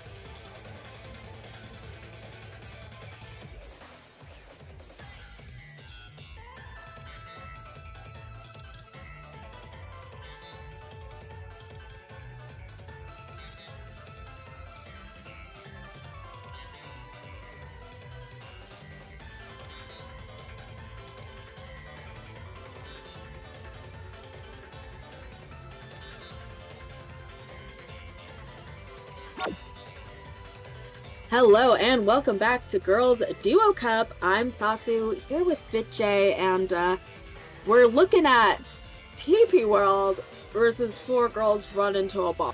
Now, I have a little bit of umbrage with this name, PP World. Listen, I'm not mad at a little PP. You know what I mean? Like, well, I'm not mad at a little PP. You know, so this is for the girlies. And some of the girlies, it's gonna happen. But like PP World is kind of crazy. Like World is kind of crazy. That's a lot of PP. That's a lot of PP, bitch. I don't know about the world. You know what I mean? There is such thing as too much. I can imagine. We're also seeing 4 girls run into a bar, and I better see these people running forwards. Like if they're like all on like feeding weapons, like yeah. If we get into this next one, and they're running like double splatter shot, like yeah, you're like, listen, surely this is quad wiper. Yeah. 4 girls. If it is. I also like to think in my mind that it is for girls successively running into the same bar. It runs into a physical bar, a post, and they hit their head and they fall over, and then the next one comes in. You know what I mean? I'm Four looking at girls their successively running into a bar. I hope they're okay. I'm looking at their comp and they might have double brush. There's a chance they have double brush. Oh my god. Fingers crossed, chat, for the double brush. But we are going into a little bit more, as we've been saying this entire stream, rare of a map mode Not in double brush. Clams Robo Ramen. I'm Oh. gonna have some reading to do. Some of the members have their name in Japanese. So What? you're gonna have to be patient with me. Seru Dakime and Chashinji. So that rush, Seru already making it into mid, and Chashi, I think, just going down as the Luna Blaster is the last person. And Seru making absolutely just no time at all as they go in with the power my time. gosh. They are already down. We're 30 seconds into the match. What are you doing? How are they? We're 30 seconds into the match and already down to 45. This is Clam Blitz, not Rainmaker. What is happening? Oh my goodness gracious. Are they still gonna keep going? Ah, they almost get that ball in. I think that PP World has a little bit Oh my of gosh. luck here. They've got the yellow ink. So I think they have a bit of a home field advantage that is Oh just my helping goodness. give them this buff. But finally the onslaught is, and they have made in one push it down to 16, but not before Chashinji trying to get some chip there with a flank, but I guess resigning back into mid. Oh, the mind games with the Ultra Stamp. They Wait, got me. Wait, hang on, hello? Oh my gosh! Seru once again! Just with a vengeance. See, this is real rush behavior because they are looking to see if they can close it out on their own. It's not gonna happen. What a distraction. Yeah, that is... You gotta be careful, this map has flanks out the wazoo. Oh, but it does look like they're jumping in, trying to get some scores in. Oh, one ball in. Splashdown. Gets a pick. Another ball in. Potentially? Are we gonna... Oh my gosh. What is happening? Is this Clam Blitz or Rainmaker? What is... Hello? Why are we... Okay, they're already down to 28. Brush is getting more clams. This is absolute chaos of games. Getting more clams in. What on earth is happening? I mean, This game let's feels like a start with fever dream. the fact that we neglected to mention that I think Four Girls Run Into a Bar is running a big swing. So there's gosh, already yeah. that, but Hiccup on PP World getting 2 members down, and with that that ink mine that is going to reach the wipeout all of. You would think PP Girl is Four Girls Run Into a 2 balls and They're- 2 balls and maybe 1 or 2 clams, and that's it. There's just 1 more clam. Down to 3, but everyone down besides the ball point. Will they be able to do it? Not quite. This is... I need to wake up. What is happening? Yeah, there's an absolute onslaught going on between teams. They are Oh just... my... Wait, it's happening again? Here it comes. Here it comes. I think it's because both of these teams man. have rushes. That they're just... It's gotta be. They only need 1 ball and 1 clam to close this game out. That is definitely scary. I'd be scary if I were for 4 girls running to a bar. Oh, and the Luna Blaster almost getting a pick, but not quite. Big Swig flanking, going down, but causing enough of a distraction for their brush to get in, get those whales out, get the blow out. There's 2 whales. Yeah, it's the bow and I think the brush that put out those 2 whales, but clearly they were able to survive it with that trade. Oh my gosh, the What is happening here? The disrespect bagging in the inkjet. Oh my gosh. PP World. If they lose, if you squid bag in the inkjet and then lose. This is just so much. This is the last game of groups. Hiccup hits this crazy shot on the S-Flash. I don't know what I expected out of the game, but it surely was not this. Finally, they have that Oh my open. gosh. They're just gonna need a clamp. Oh! I guess they got it in, despite the wipeout. Wow. Woo! Wee! I'm lost Okay, for what a game! That'll wake you up in the morning. Zeruda Hime. For those who don't know, Hime means princess, and, you know, that's exactly what we want to see in Cup, because literally, I think a lot of this, the whole team was extremely aggressive. Seru, with the brush behavior, I think there was a push coming out of 4 girls run out of a bar just to see that their own basket had opened, and they're just... Brushes! Oh my gosh, With yes, brushes. I wonder if we're gonna still see brushes, or if they're like, we gotta bring out the brush behavior for, cause quite frankly, if you ask me, Robo Ramen has the best flanks in the entire game. Oh yeah. So, if you're gonna be playing clams and you have these fantastic flanks, it's brush. Brush time! Brush time! They should have gone double brush. Absolutely. I think that would have made the difference. Yeah, first, I just 4 wanna girls see- I'm in a just here bar for the definitely chaos. needed more brushes. Yeah, think that would've quad brush, won them. quad brush. More brushes. That's the solution. I'm Cool. curious to see the contrast between this and TC Inkblot. Because this Yeah. map, if these teams are both like pedal to the metal, running forwards, causing chaos, I'm curious to see how that plays out on this map. Yeah, especially, I think you have to work really hard to have, like, a sustained push, one, but also I think that what really helps, to win an Inkblot tower is to just be a menace. Of course, you have the bats area with an Inkblot, and when you have people in your bats, or kind of as I call it, rats in your basement, you're just, Rats in your facing bats. these people scurrying around and trying to get them out of these areas. So I think given you know, PP World's propensity to just be doing whatever, so to speak, and I don't think we mentioned it, but both of these teams are going cool. So Just another This is just just so another day in the foolery. neighborhood. Coolerless hyper aggro teams. Oh my gosh. It's been 10 seconds. How are they already done? What is this bow doing? once wait. again, PP World has the yellow ink buff. You're not. Oh.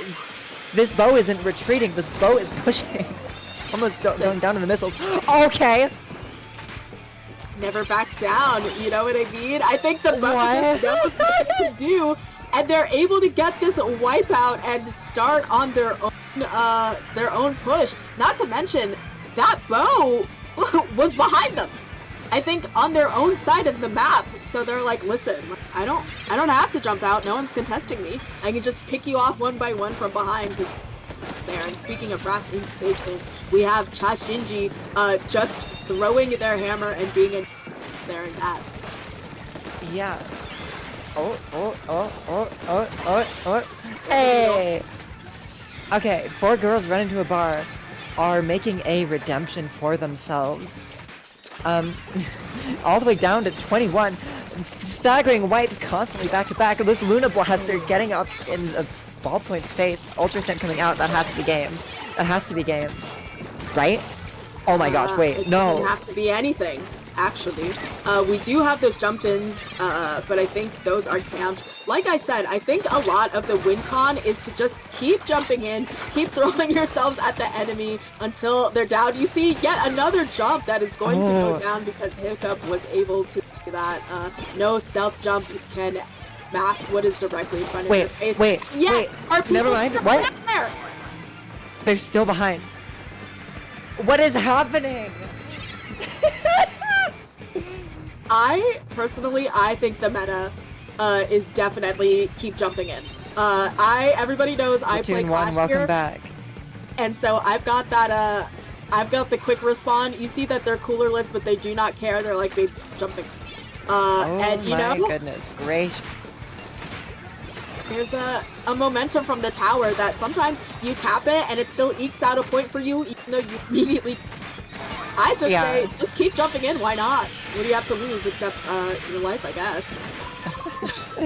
Hey, we respawn. It's okay. Oh, okay. Burst combos. S-Blast getting some serious work done. It's just that big swing going down. Luna came out of spawn though. It wasn't a wipeout, and of course the Luna's last who jumps in. Naturally, are we gonna see any more? No. No more jumps. Yeah, but PP World finally trying to get their wits about them. You see, we are 3 minutes in. There's still 2 minutes to go, but 3 members of 4 girls run into are going to go down, and I think that they're gonna have to control this situation before it gets out of hand. Once again, 2 members behind. I think they have to just keep checking their back because, for all they know, the bow could be behind them again. Yeah. For what, the 3rd or 4th time this game? Everything happens so much. I feel like that is what's happening in this game. You have Albie just trying to get paint down, see what they can get. Oh my gosh. Take out Zeruda, Hime, while they just keep running. And look at this. PP World had an explosive start, and despite getting 3 members down, they are only currently at 65. Now, it's not impossible. But with 2 of their members going down, I don't know. Oh they might not be able to do it. Everybody explodes. Everybody explodes. This is the game. Yeah. But we are seeing 4 girls run into their bar. Getting a lot of distractions out, a lot of chaos. But at this point in the game, how much more chaos do you need? So 40 seconds left, and you're down to 7. They don't even have a checkpoint. Like, at what point are you, like, gonna cut your losses here? Because playing like this, while it's good, like, what if you win? Like, said give up, honestly. At what point do you cut your losses? Maybe you're losing a much, and you should give up. No, I mean for 4 girls run into a bar, like, I feel like at what point do you just, like, hold and stay alive and know that, like, they have to do something? Like, right now, if they don't do anything, then they would look, they're 3 down. This might be their chance. If they get a comeback here, I'm gonna feel quite smug about that read. But who knows what's gonna happen in this game?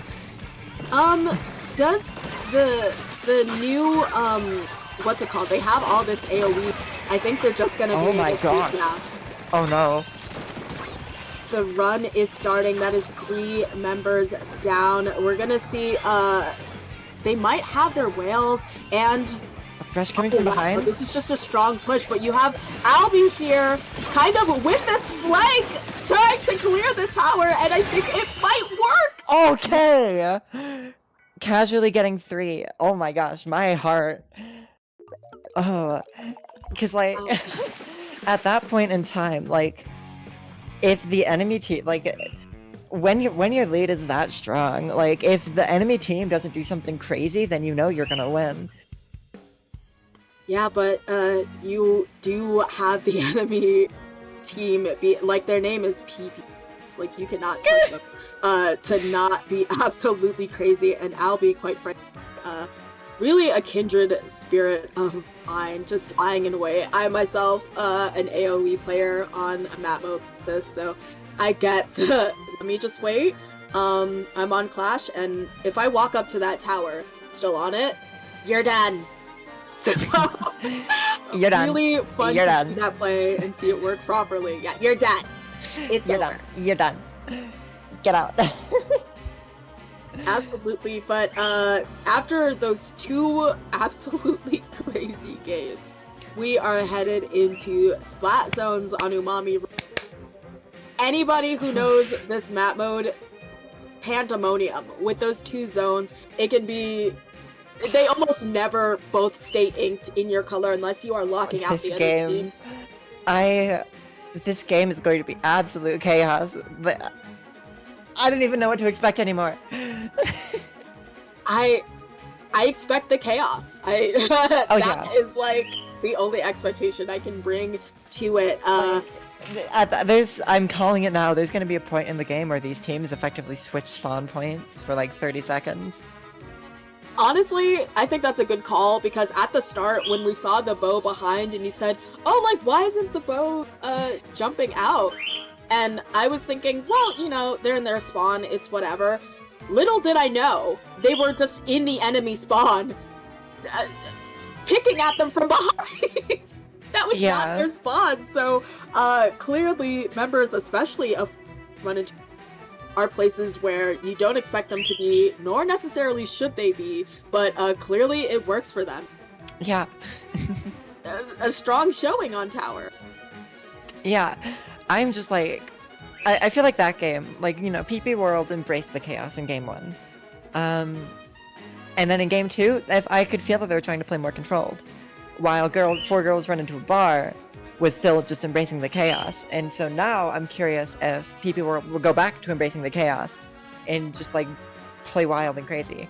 Or if they will continue to try to control the game while 4 Girls Run Into a Bar, just go everywhere. Yeah, you can see why they are named what they're named. Because clearly absolutely. They are not afraid of just running in there and calling it a day, but this is of course a best of 3, so this is going to be the final game of the set. No changes, not even on that big swing. So they're going to be banking on that double whale and of course that splashdown coming out of their big swig. But so far a lot of skirmishing and already been 10 seconds. It's been 10 seconds.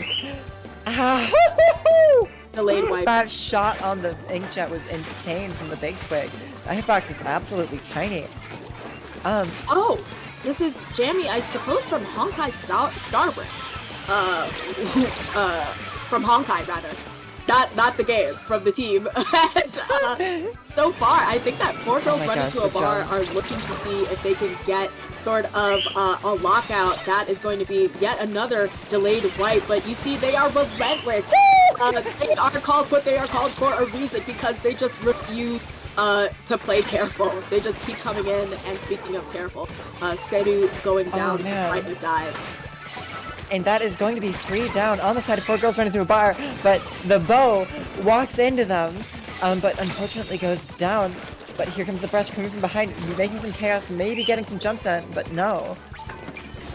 Yeah, I'm very shocked to see that brush did not get jumps. I would expect the bow to be like, I'm jumping to mid, screw it, we ball. But finally, I think we have a bit of a change of roles, because PP World are the ones in this game without their yellow ink.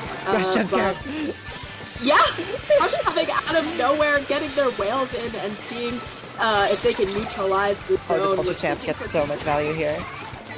Oh my goodness gracious. And it doesn't work. Unless, no, wait, no, it did work. What? Oh my gosh, okay, I don't understand what's happening in this game. This is absolutely insane. Yeah, you know, it's just like a lot of skirmishing back and forth. I think they're going to be perhaps able to cap over this. Right now, it's at a bit of neutral, so despite all that work, PP World has not been able to take that lead so far. But as you can see, I feel like at any given time, you know, it's never that everyone's completely up. There's always a minimum of one person dead because of just all the fighting going on. Oh yeah, like this game is just absolute pure chaos here. Okay, a hiccup on the S-Plus, getting 2. Potentially looking for a 3rd, but no, playing it safe. And then the Luna Froster runs forward and like, how often does anyone play safe in this lobby? So taking a lot of you know, self-control to make sure that they're not overextending, especially Zeru Dakime, who, despite being on brush, is not rushing into there because I think there's a lot on the line. They get lead, and they do get the lead. Albi not get quite fast enough, but 3 picks down, meaning that they're probably going to be able to get the zone again and see if they can get the speed back. Okay, that made me so nervous. But yeah, we're seeing just 4 Girls Run Into a Bar coming back into the game. Oh my gosh, the bow set up on the dome. My birds are clearly excited. I'm very shocked that the brush did not go down to that splashdown, and I think that was really imperative. Down. Yeah, absolutely. Four girls run into a bar. Like, I think finally they could neutralize it and get the zone back, giving them a heavy penalty. Their bow being the only one that is up, make that a wipeout. This is the deciding moment, I think. What happens here is so important. 1 minute left, 20 points of penalty left, and it's huge control. This Sparta Pro falling off the map is so unfortunate. Ball point going down. This does look like it is going to be the zone getting capped, or not potentially. The zone is being stalled out. The S-Blast getting one, still in control, just barely, but just now losing control. Here comes the Big Swig. Don't pop a Booyah versus the Big Swig. Never mind. Apparently, Brush goes down. Or Brush gets one. I didn't even know what's happening. This is extremely chaotic. Yeah, Chashinji just trying to see what they can get on this blaster, but Hiruda Hime skirmishing around, seeing what they can get, not quite getting that pick, at least not yet, and we have a Brush beat Brush, and when Brush is in fight, no one wins with Jet. Oh my gosh. And that is going to be potentially game here. Yeah, what an underwhelming ending to such a crazy set. Truly, just quietly taking over. What a set. What a freaking set. That was, if there's any set to end it off on, I'm glad it was that one, because oh my goodness gracious. Yeah, absolutely insane set. It was truly a game of everything everywhere all at once. I didn't even notice the time, to be honest. And I wonder if the other teams did too, because it felt like everyone was just like in a free for all. Like, is this Splatoon or Splat or Smash? Because it's just like everybody's fighting. Yeah, what an incredible set. This has been a fun tournament. It's been a while since I've commentated, but I'm having fun. But we are going to be switching commentators now. So, Sasu, where can these wonderful people find you? Yeah, you can find me at Sasu Pants. For those who can see, it's right below. Now I will pull. That one is easy. SASUIN, the letters UR, and then pants. Not your or the letters UR. But BitJ, where can the people find you if they want to keep up?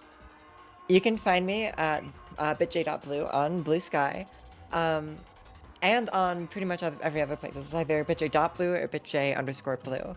Some places won't let me put the dot, it's annoying. But yeah, very, very fun sets. I am maybe going to start live streaming again soon, now that I'm back from summer. We'll see.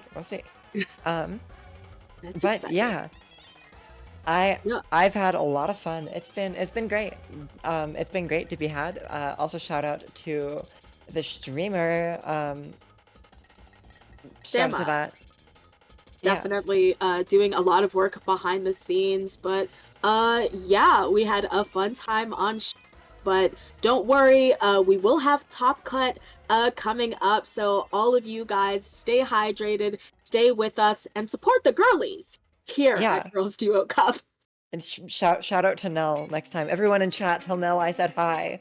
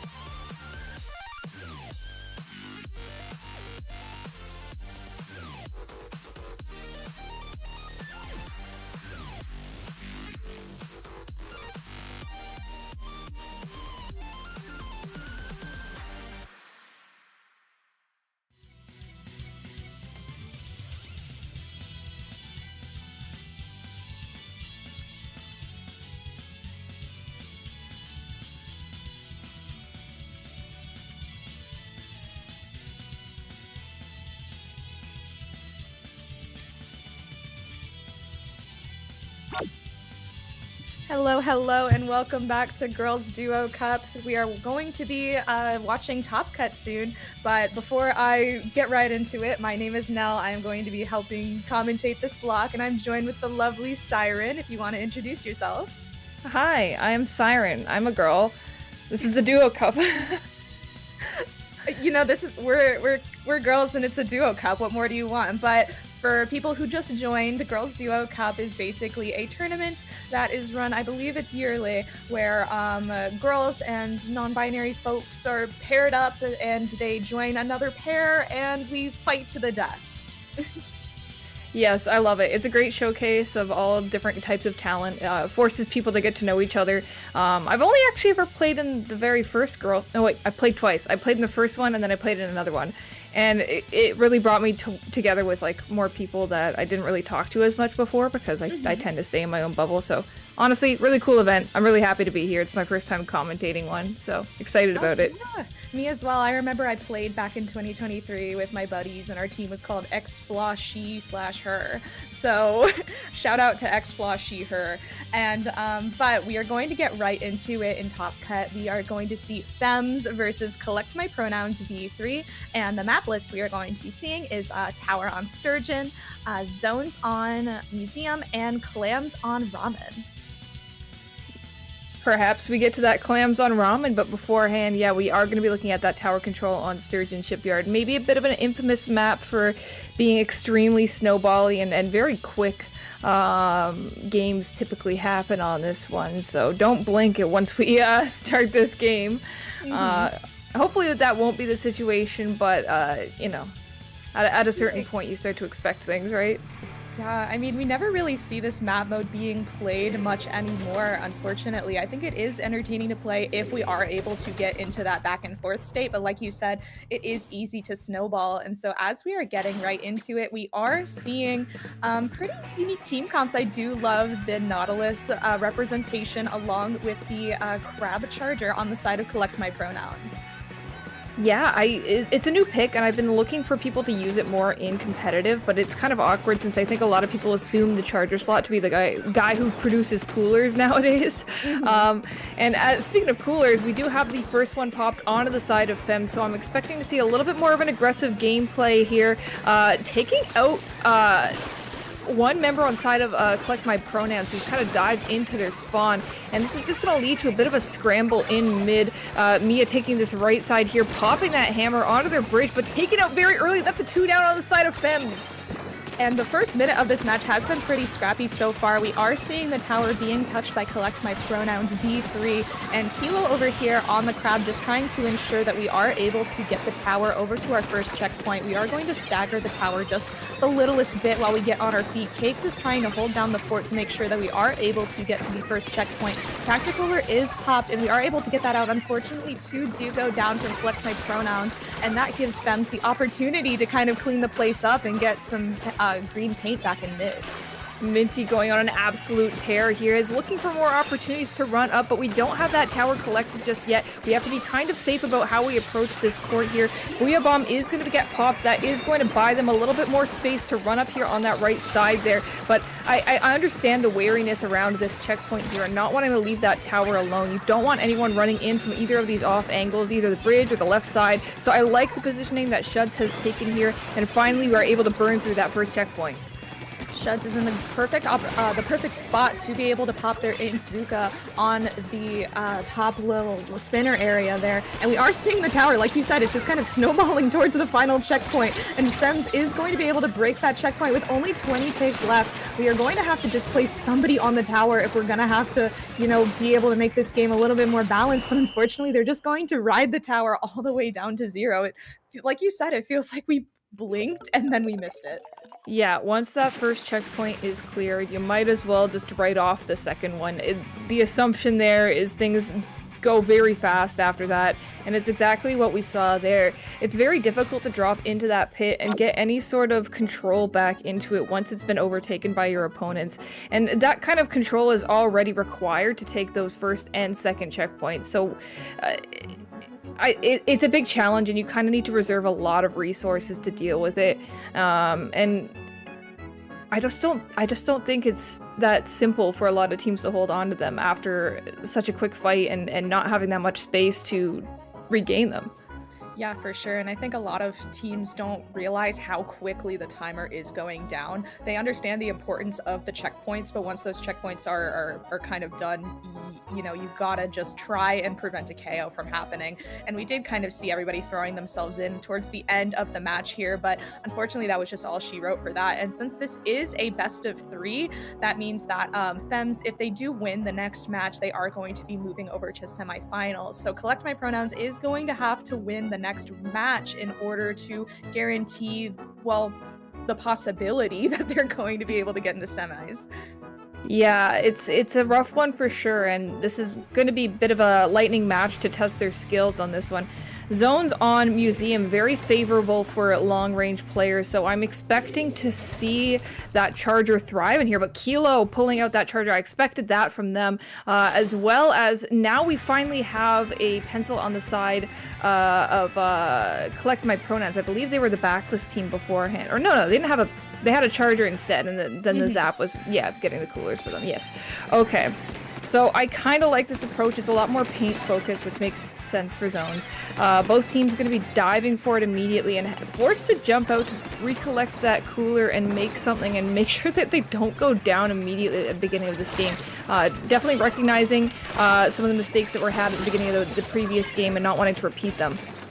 For sure, I will mention that we are seeing the new L3 from Cakes on the side of Collect My Pronouns. With the Inkjet, we did see Inkjet get some use earlier, and we are about to charge up another Inkjet quite soon here as the timer goes down to 50. It just seems like Collect My Pronouns is not really pushing too hard here.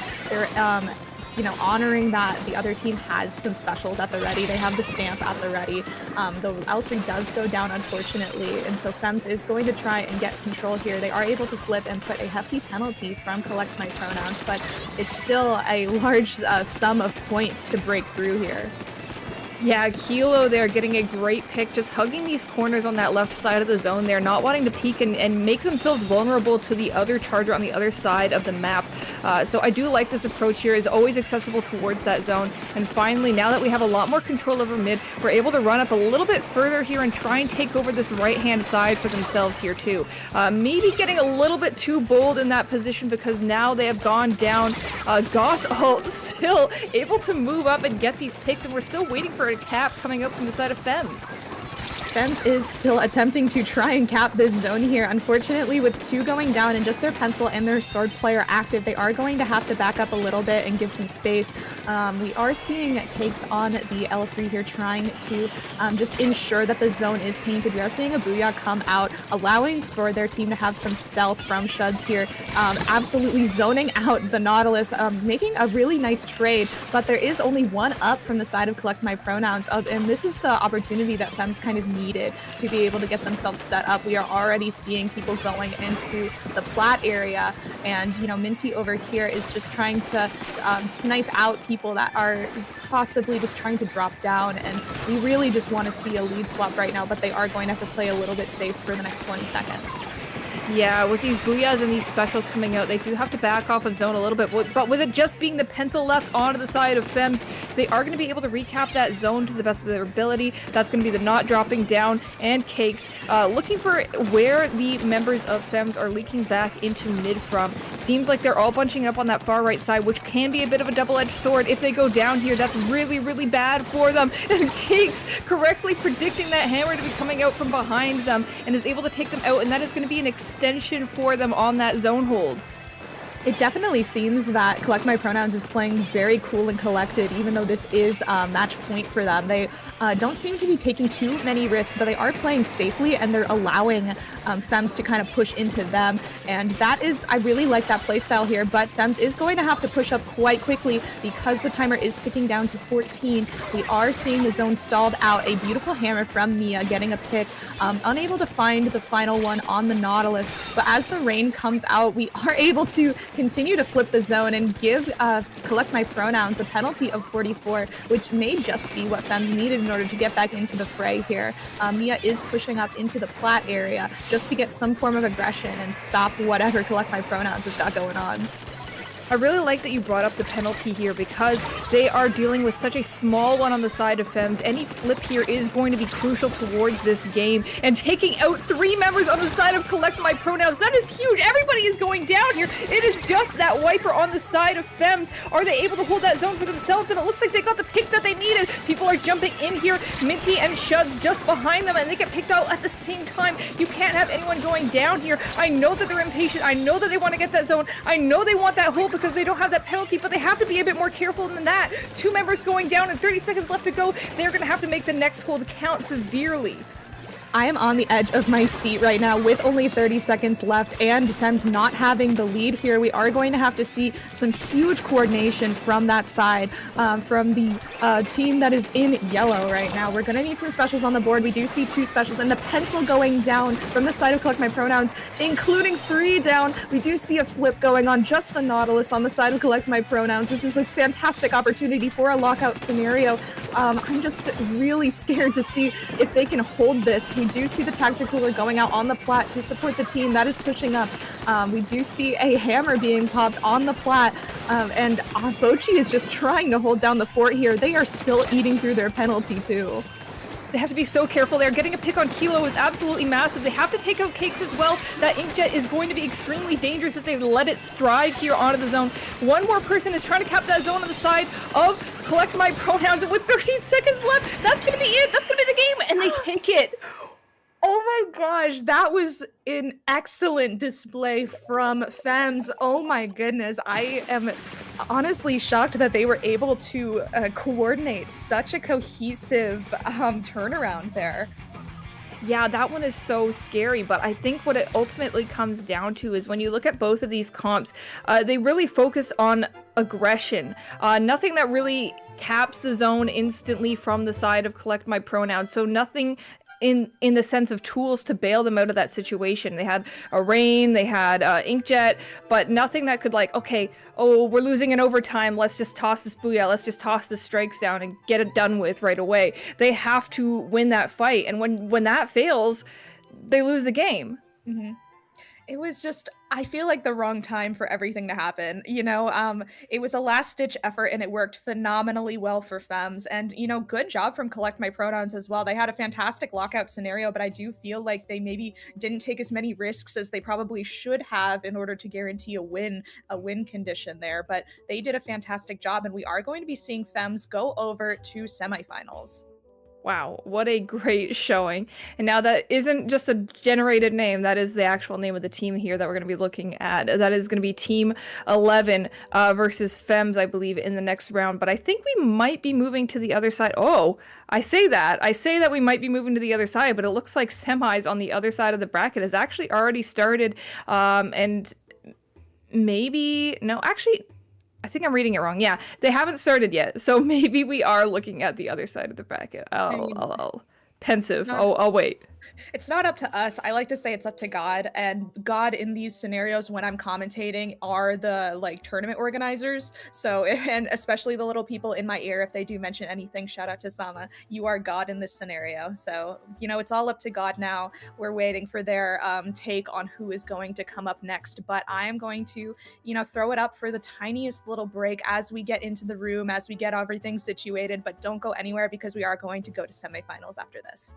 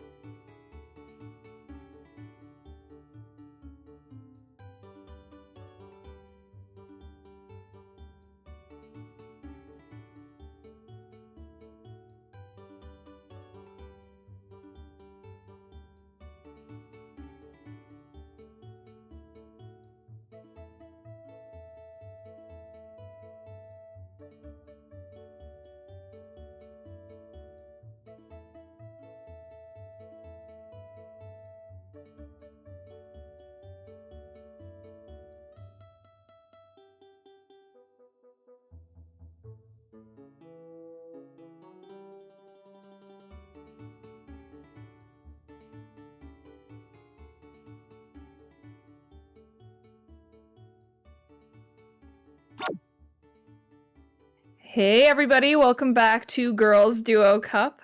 It's still us, we're still here. We're going back right into semifinals once that bracket is, not bracket, but the lobby is all set up and we're good to go. Finally, this is the part in the tournament where we move from best of 3 to best of 5. So stakes are higher, but so is the number of maps in our bracket. Yeah. I'm always excited to commentate more and more, especially when it's a best of 5 set. So first one, we're going to go over to Manta Maria Rainmaker, and I do like this map mode. I feel like I said before, we don't really see this map mode that frequently, so I am excited to see what Fems is going to kind of pull out here, and Team 11 as well. We did see Fems in the previous match. They did win 2-0 against Collect My Pronouns, and Team 11 won 2-0 as well, so we are in for a treat. Yeah, a very close 2-0 from Fems previously, but you never know how things shake up.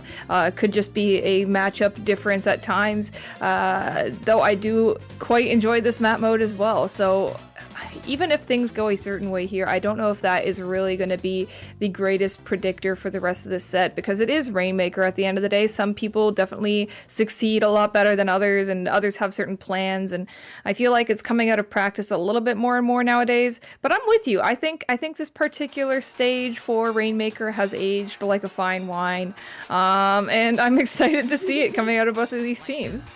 For sure. I mean, we did see a pencil on both sides of both teams last time, so we'll see if we're able to, predict what weapons we're gonna see. We may see less paint-heavy weapons. We may see more aggressives. I'm really curious to see what's gonna happen here. I'm really crossing my fingers for more Splatlings. I love Splatlings so much. I shill Splatlings every day of my life.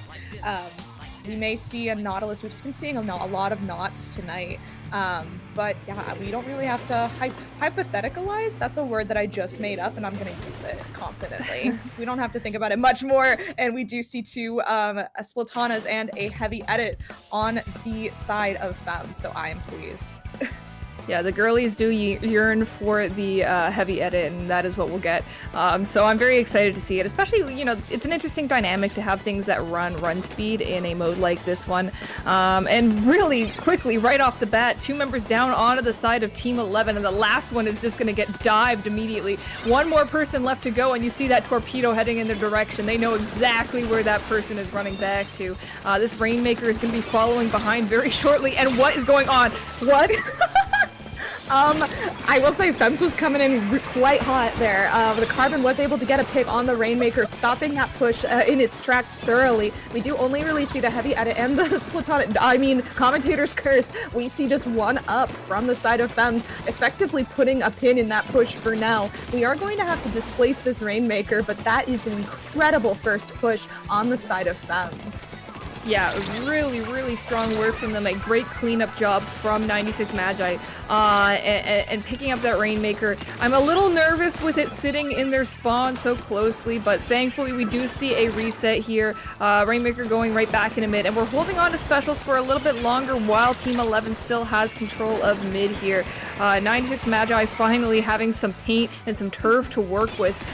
Is going to be moving up a little bit here, but this spot from Minty getting very compromised as that Booyah comes out. We're just seeing constant displacement of both teams here, and Minty getting a beautiful pick on I don't even remember who it was on, but Minty got a beautiful pick, and now there's only 2 up from the side of Team 11. They were able to break that checkpoint, which is a very good thing for that team, so that they don't have to deal with that on their counter push. But Fems is going to kind of put a pin in that and say, okay, we're coming back here, we want mid again, and we are going to just kind of snub you out. So that's exactly what's happening here. The Carbon openly is trying to make stuff happen on the little side area here, but only able to find 1. We are seeing 2 up from the side of Fems and 2 up again, and this is going to be a great opportunity for Team 11 to be able to get some well-deserved points. Yeah, that checkpoint is out of the way. As you mentioned earlier, Inkzuka is ready to go as well, but looks like somebody has found Okami sitting in that bunker and is able to kind of threaten them out. However, Okami coming back in from that off angle is able to pop that Trizuka and get a pick. We are 2 down here, but this is an excellent stall and giving a lot of people opportunities to get back into mid here and run towards that Rainmaker. We, once again, don't have that checkpoint to worry about here. However, every single bomb that Fems has access to is getting tossed in the direction of that Rainmaker, and that is going to lead to a timeout reset. And both of these teams here now able to reapproach mid with similar terms, not really having these crazy specials on deck. It is just going to be a pure splat fight that we're looking at. For sure, and we did see Team 11 attempt to take the right cut area twice, but they just kind of got snuffed out both times. So I'm curious to see if they're going to try and push the Rainmaker on the left side, or if they're going to continue to try their best to shoehorn it through the right area. Bochi is holding down the left, their left, the other team's right. So we know the trend that this team likes to go. We know that they like to go the side area, so we're going to take a look and make sure that we watch that quite carefully. So maybe the other team will have to switch it up a little bit. We do see the Rainmaker being grabbed by Team 11, and they are, it looks like, trying to take the left side once again, but they are going to be able to be sectioned off by Bochi, who is looking at this area. Yeah, Bochi doing a really good job at holding things down, is able to shred through Enamel's Booyah Bomb, and another member of Team 11 going down in that scrap. We have noticed that there is somebody hanging out on our bunker as well, so we have to be very careful, but that auto bomb, speaking of careful, is able to somehow take out that Rainmaker. Less than a minute on the clock to go, and I think that Team 11 is going to have to be very careful about every choice that they make from here on out. When you're dealing with a push of 11 that you have to contest and do better than, you basically need to score some kind of wipeout. This is not like a slow burn type deal. For sure, we are seeing Team 11 on the right side once more, but unfortunately they didn't have many of their teammates able to back them up, and now we go 3 down, unfortunately, and Shud's trying to get the last person available, but Enamel over here is surviving in bunker, holding onto that Booyah Bomb for dear life. A little bit of indestructibility there, but unable to find anybody with that. Mia is trying to cause some havoc in mid, with 3 going down from the side of Team 11. We are going to try and get that quad here. We are, the pencil jumps out last second, and I think that's all she wrote for this match. Yeah, that's gonna be it. I mean, basically winning that game in the first 30 seconds was such a strong team fight that they took there. So it's just very clean from Fems. They did a great job at the beginning, and living up to that kind of push is quite the challenge on this map. Once you drop down onto the low ground of this map, it's like, what more can you really do? That is an insurmountable push. That's the word I was looking for. I agree, and I do think that Fems did a fantastic job of like acknowledging the game state, and they're like, okay, we can just be a brick wall, and that's what we're going to do. We are going to try and catch people off guard and be something that you can't contest, which it worked out quite well for them. We saw them defending the left area that Team 11 liked to try and take. We saw them defending that area like the multiple times, and they weren't able to get past it, unfortunately. It was just like an unstoppable force versus an immovable object. So, I mean, we'll see what happens in the next game. This is a best of 5, so I'm not going to write off Team 11 just yet. We are going to be going over to Inkblot Clams, which, you know, it will allow for possible different game plans to flourish here. Yeah, a lot of different game plans can work out here. I noticed this particular map is a lot of it's a game of smoke and mirrors. You're constantly trying to pull attention away from the main route of Clam to get little pushes in all the time, and it's a very small map, so I find that going down at the beginning or pretty much any time is extremely punishing, more than anything else. And we've seen extremely fast Clam pushes just in this tournament alone. So I think both of these teams need to keep their eyes open and aware and looking for people like maybe Okami, who's going to be taking these off angles right at the beginning. I would like to bet that Carbon is the one on the bottom left there who, oh, actually that was Enamel. We're already seeing one down on both sides. Mia in mid trying to get some paint on the ground, trying to catch people off guard. We do see Okami just kind of sneaking past her just quite quickly, and we are going straight into just very scrappy fights on this tiny map. Like you said before, it's just a bloodbath here in mid. We see a power clam on the side of Team 11, and with 3 going down from the side of Fems, this allows Enamel to try and push up here. Unfortunately, with the torpedo going out, we are not able to toss the ball in just yet, and I spoke too soon. We are able to get the power clam in, but we don't have a lot of clams under our belt in order to keep this push going. And, you know, I don't know where that pencil spawned in a bunch of clams, but they got them somehow. Oh man, there are many times where the clams spawning, the RNG to it is just too much, and it can cause pushes like this where it's like, okay, we weren't prepared, but the game made us prepared. So Okami is now taking these right angles on that side. They're making sure nobody can flank on the side of Fems as well. They have a great lead to start the game off here, but you know that they're going to be a bit hungry to get some more points on the board. They do have another power clam at the ready, and now it's just a matter of finding opportunities and taking down every single part of their defensive force.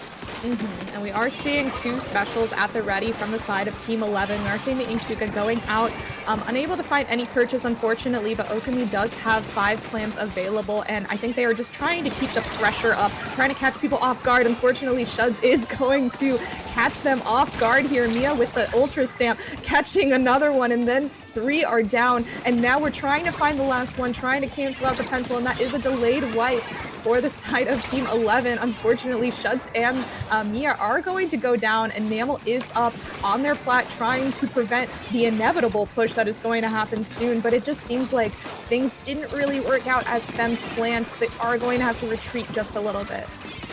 Yeah, a great pick on Minty here, and now we've run up into their spawn. That is a very unfortunate jump in, no doubt going to be capped. And once again, now we have that bubble underneath their basket. That is huge for their dunking power. They have multiple people running back in mid. That junior is going to go back for more clams. They are really close to knockout territory here. For sure, we just need a handful of clams to spawn in the right place in order to keep the basket open, but we don't see any clams available, and both members of Team 11 are going down. The Carbon is still alive, and they are able to get a pick on Bochi. Unfortunately, there is a penalty of 32, and I believe that if we have 2 power clams, we should be able to get the knockout here. Don't judge my math, it may be wrong, but the map is very yellow, so I mean, Fems, you have 2 minutes to make something happen, and I'm very curious to see what the game plan is. Yeah, gotta be very mindful of what you do here. I think in an ideal world, they're gonna try and get things done in one push and make that easy on themselves. That's kind of what you have to do when the timer gets down to this low. I like where Mia is sitting here, but it just doesn't feel like we have anything to follow up with objective-wise. I would really rather see that power clam go in much earlier, so we have a larger window of opportunity to get some more clams in the basket. And as you can see here, we have 5 clams, but just not really any ability to use them in the way that we maybe like. Having to pop Booyah to stay alive, and that is gonna at least push Enamel back a little bit here and give Mia some space to run back into their spawn. But what are we gonna do with it? We need clams. We need some more objective pressure. I completely agree. We see 2 go down from the side of Fems, 3 go down, and it's just the pencil Bochi, and they are going to have to retreat here. Enamel 2 is trying to clear out the area here, trying to find Shuds. Shuds is going to be a little bit sneaky and just, you know, make sure that you stay alive. I feel like at the end of the day, at this point in the match, you just have to value your life. You do have to throw yourself at the enemy to a certain extent, but it just feels like there's not really, it's do or die right now. And 2 are down from the side of Team 11. However, they are holding their specials. A Tacticooler is popped from Team 11, and it's not really looking too good for Fems right now as 10 seconds are on the board. Yeah, Fems doing a pretty good job at holding what they have here. I'm not too sure about this power clam. They can kind of just keep it, if they want to end overtime quickly, if they have the opportunity, but it also makes them very vulnerable. Anyone on the side of Fems can just look into the spawn of Team 11 and know exactly where that pencil is going to be sitting.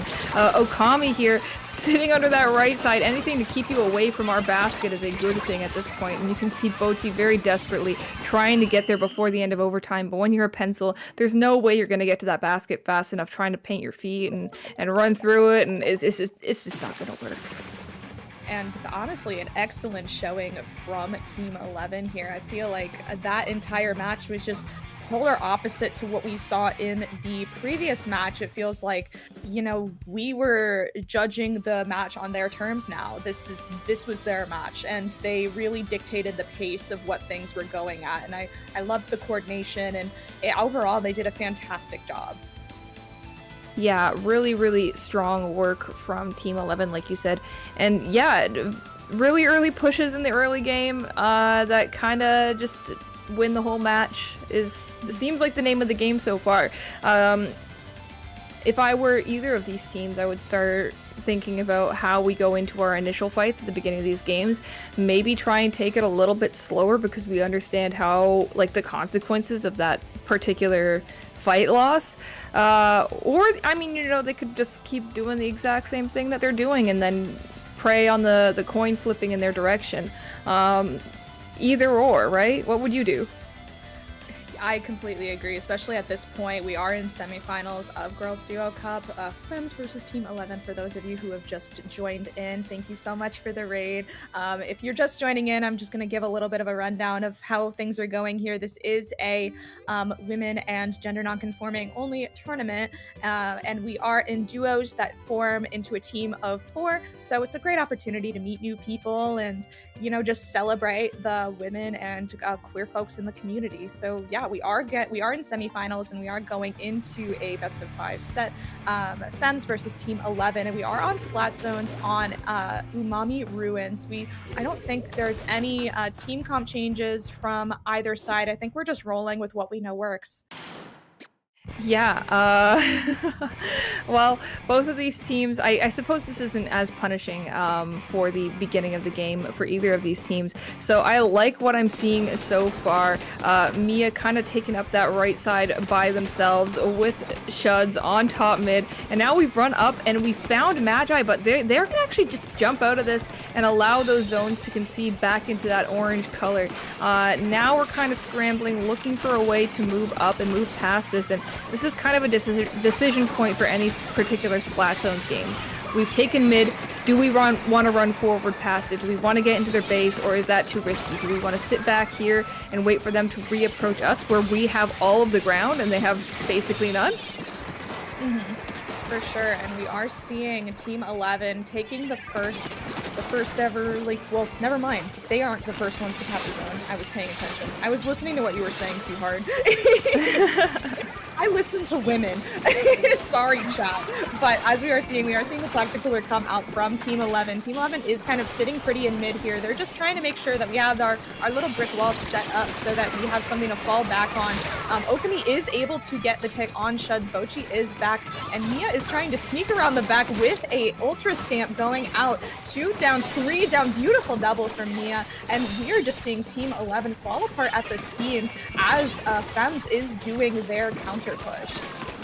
Yeah, I like what Fems is doing here, finally recontrolling things, but I think at this point they've noticed a bit of a pattern. Every time they try to run up a little bit further than the zone here, they're going to immediately get taken out by an absolute wall and barrage of sub-weapons, bombs and torpedoes taking them out every single time.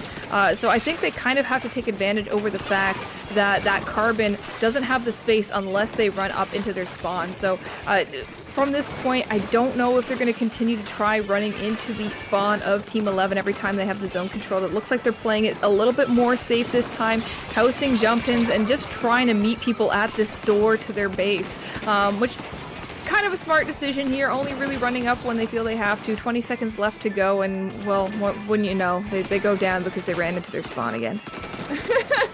I completely agree. I do think that once you know the game plan and you know that it is safe to push forward with the Carbon down, you're pretty set. But I mean, blink and you miss it. Fems just won the second match. They did, they were able to kind of sit in zone and make sure that it was painted, and they had that safety net of just ensuring that they had a brick wall that no one could push past. So we are seeing a 2-1 so far, and the next match will be indicative of whether we go to a game 5. Yeah, that is intense. Everything is on the line for both of these teams here. Winner of this goes to grand finals. So both teams definitely in it to win it. Not going to be the end of the tournament for either of them based on how this goes, because loser of this will go to that third place match and fight for that podium position. However, right now, I think Fems has really got their eye on the prize. They want to take this to grand finals, and to do that, they're going to have to win on Tower Control Mako Mart. Sure, and I mean, I'm not quite good at Tower Control Mako Mart. Sorry, he's not allowed on this stream. He's a boy. But my cat is here. He's being a nuisance. But yeah, we are going to be going into Tower Control Mako Mart on the next match, and I do think that patience that you were talking about is the key to the game. We are going to be needing to see either team just exercise some form of patience here, just to guarantee that they have that safety net to back up into. We're just seeing kind of these very volatile plays here, because we do have, we have Okami on the Carven and we have Mia on the Stamper here. It's just both teammates want to get picks as much as possible. We are going to be needing to see some form of just restraint and safety as we get into it. I'm kind of surprised to see both of these teams doubling down on aggressive plays and aggressive weapons, rather than seeing some sort of counterplay or some sort of counter special for it. Almost would expect to see like something like a bubbler here to help deal with those checkpoints. But both of these teams have decided, all right, whoever's been winning the initial fights has been taking the game, so let's put everything on that. Let's put all our chips on winning that first fight. And as you can see, maybe a little bit of hesitancy from both of these teams, but Okami says, all right, if you don't show up for me, I'll show up for you. Getting down onto the stack and just running through mid, looking for any sort of opponent. I will say that Team 11 does have the paint on under their belt for that safety to do go down, though, unfortunately, and it is just the shot and the pencil at the ready in mid here. Bochi is just kind of spearheading the push here. We're pushing forward towards the first checkpoint, just a hair's away from getting obliterated by a Trizuka. Trizuka unable to find anything. Bochi is just trying to survive on the tower, and 3 go down, and Shuds is on the tower just trying to make sure that we're continuing this push here. Team 11 only getting the tower to 99. Unfortunately, it just seems like they're crumbling as Fems is pushing up with that aggression that we know they are so good at. Yeah, a really, really strong showing once again for the members of Fems. They've already burnt through most of the checkpoints of this game here. We're looking down at that last one, and this is where it gets very crucial here. They're going to have to run in and hopefully not go down. It's just going to be that sword left who is taken out at the last point. They are back in this game, but at what cost? They now need to knock out the entire thing just to stay alive in the set. I mean, I admire them for pushing forward through that and getting the wipeout. That is a huge feat, but now we are just kind of burdened by the knowledge that we have to knock out in order to stay in this tournament here. So we are going to see a wipeout, unfortunately, from Team 11. Fems is not complacent with their lead of 99. They really, really want the knockout here. They want to ensure that safety, and I love that for them. I love that play style. I love that they're just like, we're going to continue to push as much as we can. Unfortunately, 2 do go down, and we are going to be seeing Fems, they're going to have to reset here somehow.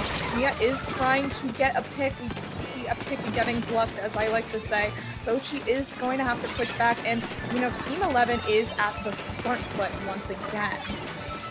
Yeah, Team 11 does have to play their cards very carefully. They do get everybody down except for Bochi, but Bochi is going to be holding down the fort very well in their spawn, is able to sort of poke a stick out and say, hey, if you get any closer than this, I'm going to take you down. So you got to deal with me first. You can't just get rid of my teammates, which is a really, really strong thing to do, especially when you have a lead like this one. Like, you don't really need to play too far up. You don't have to play risky, but you can. You kind of have all the opportunities to play whatever you want and however you want it once you get a push like this one. But speaking of that, now we're starting to look at that second checkpoint, and this could snowball into a very dangerous situation. I see a beautiful double from Magi on the Zuka here, getting 2 crucial picks. We were able to pluck off the pencil player, which was the only thing really preventing them from moving forward. And now we are already back at 20. And I feel like Fems is kind of sweating a little bit. They're just like, okay, maybe this is a little bit more real than we thought. We should probably just make sure that we're all together. But Fems is just in this staggered state, unfortunately. 1 and 1 and 1 just keep going down at various points. Minty here trying to make something happen as we are really trying to prevent the knockout here. I will say that Team 11 does have to get through this checkpoint, and it looks like Minty is defending this checkpoint the best that they can. So that is something, but as the last minute of the match ticks away, neither team is safe here. No, not at all. I like that Ingsuka getting popped from the spawn there, but not quite finding anyone thus far. That Booyah is going to come out as well, and now we're 2 down, but we are missing an important member. We are missing our Carbon Roller, and I feel like that is going to allow them to play this a little bit more safe. They can dive in towards that tower a bit better here. Okami coming back in, taking Shuds down with them, and this has allowed Minty to kind of reapproach this stack in which they've been looming on like dragons, but I don't know. We still have to clear that last checkpoint if we really want to contest that knockout push that they've been going for. For sure, and I do think the win condition is to displace, I believe that is the pencil on the side of Fems. That is the win condition. You have to make sure that they are not able to sit up top right, but unfortunately we just didn't have the Zuka because the Carbon Roller just was kind of not able to farm as efficiently as possible. And oh my goodness, that was a very, very close showing from the side of Team 11. Very, very, like, oh my god, I was on the edge of my seat. Yeah, what a great game from them. Once again showing that you don't have to play the game past the first minute. You can really just get that really, really good push in and then worry about everything else later. You can just dive in, go for some fights, and you know, whether or not you're getting anything done or not, you're still stalling out that timer and making things much, much harder for your opponents. And this is not me like digging on like Fems because they won. That is how you win. But on that, you know, it's just a very interesting play style to watch, and they show no mercy whatsoever. For sure. I feel like they know. It's so strange because they are duos. I'm not too sure if they've played together before, but they definitely have this synergy that I just love to see. And, you know, kudos to Team 11 too. They had incredibly close games that I loved to see. And thank you for sacrificing yourselves for our entertainment today. You know, that was beautiful. I loved it. Loved it so much. But yeah, I feel like the win condition was just kind of displacing that pencil. And, you know, once that pencil's up there, you can't really push past that checkpoint. And the game was already won at that point. So, I mean, Fems, we are going to be seeing them go over to grand finals. And we are going to be taking the shortest of breaks as we wait for matches to wrap up. And yeah, we will see you soon for finals.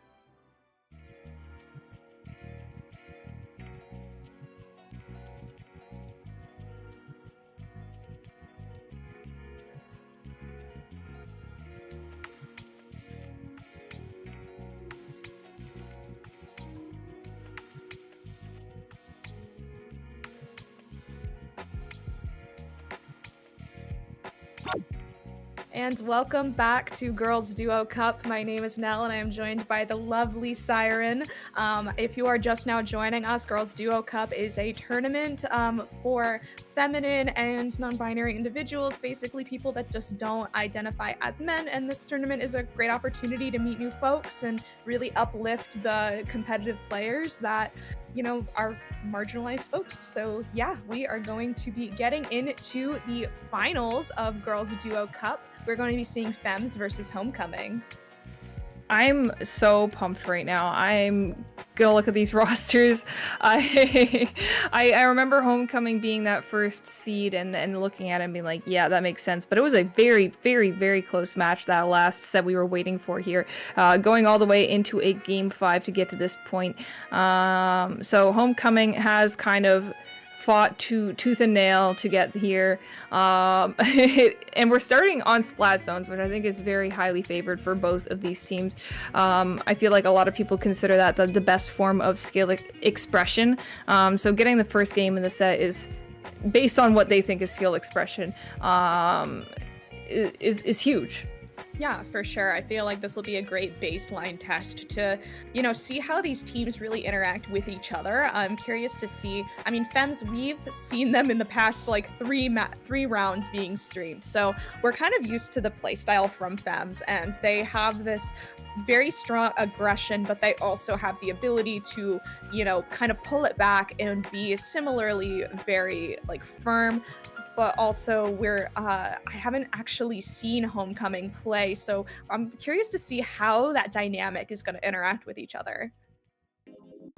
Yeah, I will be looking forward to it. They've stayed on the opposite sides of the bracket up until this point, so finally we're going to get a look at both of these comps and see what's brought both of these teams here. For sure. I mean, we are going to be seeing the Luna Neo on the side of Homecoming, and we are going to be continuing with the double Splatana from the side of Femmes that we know and love, and Bochi is continuing to play the pencil here. So I'm, pleased with both of these matchups. We are seeing one down on both sides so far, and Homecoming is in control of the zone at the start. We are seeing Femmes on the back foot a little bit. Minty is going to be throwing that Booyah at the bubble here to try and shatter it, unable to find any purchase, unfortunately, and this allows Homecoming to really push up and be menaces. Yeah, I like the spot that Karma is taking here, running up into their spawn. We talked in the last set about decision-making in zones and deciding whether or not you want to push into their opponent's spawn, and I think they saw a prime opportunity here to run forward, and even though they went down during the process, they still made quite the hit onto the side of Femmes, because now they're having a hard time just getting out of this. 30 seconds left to go, and they need to cap the zone to apply some level of penalty now.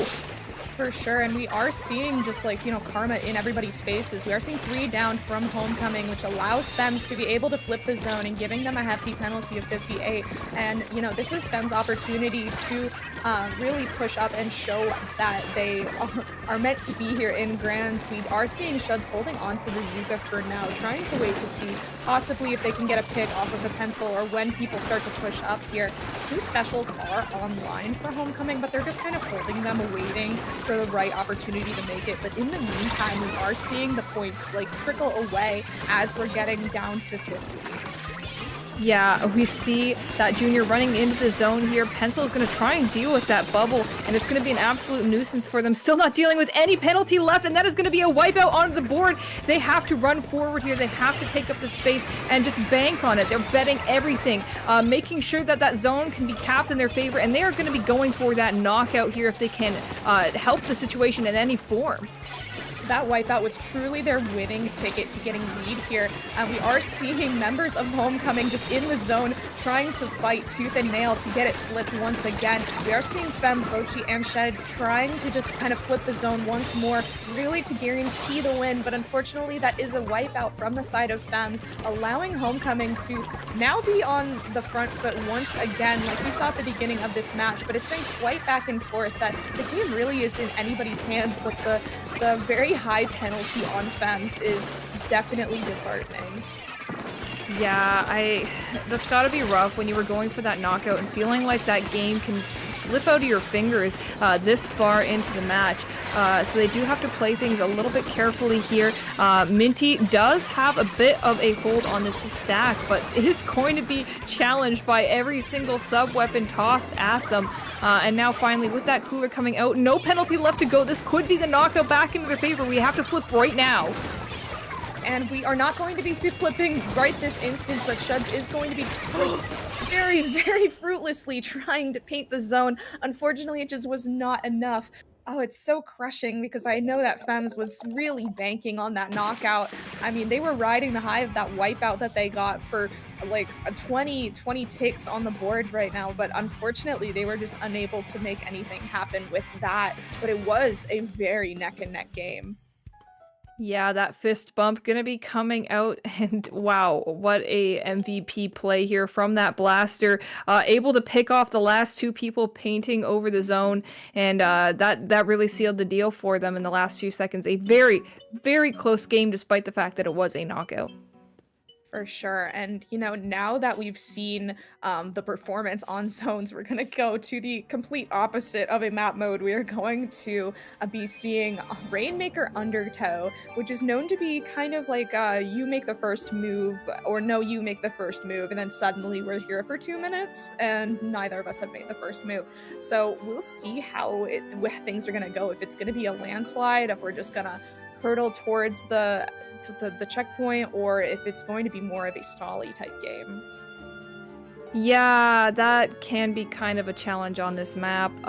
It feels like that initial fight can win you the game, but oftentimes it really doesn't. There's a significant amount of distance between the mid part of the map and that first checkpoint, and I feel like a lot of that built up momentum from winning that first fight can run out by the time you reach that point.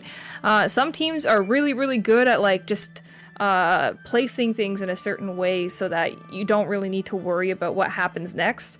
Like you'll see, okay, we popped one special to win the first fight, and now we have another one ready at the checkpoint, and then we're going to move on past that. And that method of like chugging along has I think warranted a lot of teams in recent times with the victory on this map. But with a lot of pickups going into this tournament, it makes you kind of wonder, like, have they been cooking? Have they planned this? Yeah, exactly. And I mean, that's the toss-up. We don't really know which teams are just two pairs of two, or if they knew each other beforehand and they were able to coordinate a lot better.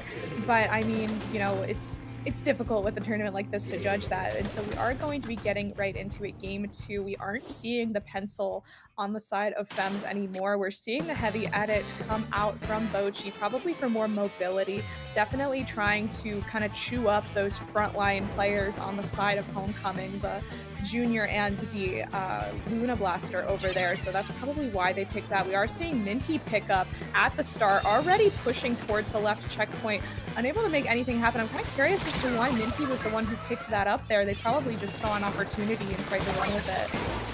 Yeah, I think that's kind of what we're looking at here. And, you know, picking up that Rainmaker stalled them out and forced them to pop once again. However, that doesn't seem to be doing much for them. Already pushing that Rainmaker all the way up. It's just going to be the Wiper and the Edit left. That Wiper actually got in behind them and has forced the attention away from that Rainmaker, but looks like the Pencil was able to just do all the work themselves. And now is picking up that Rainmaker and taking that off angle and maybe dealing some damage here.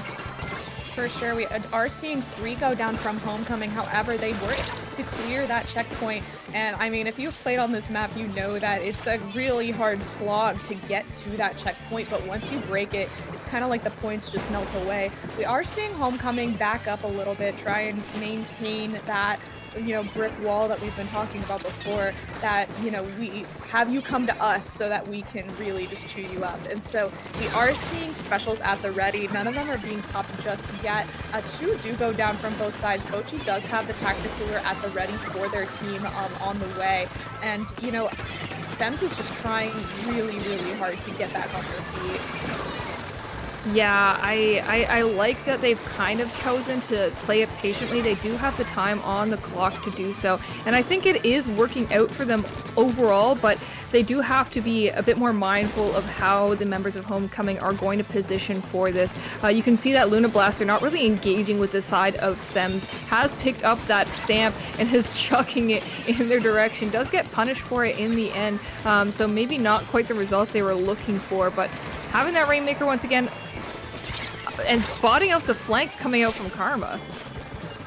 Beautiful reading over there. I mean, we are able to spot the flank, but it's not going to allow the lead from flipping. Unfortunately, Minty is sharking here, trying to make sure that we stay alive and provide jumps for our team. Unfortunately, the jump is going to be caught out. We are seeing the Rainmaker going to be reset.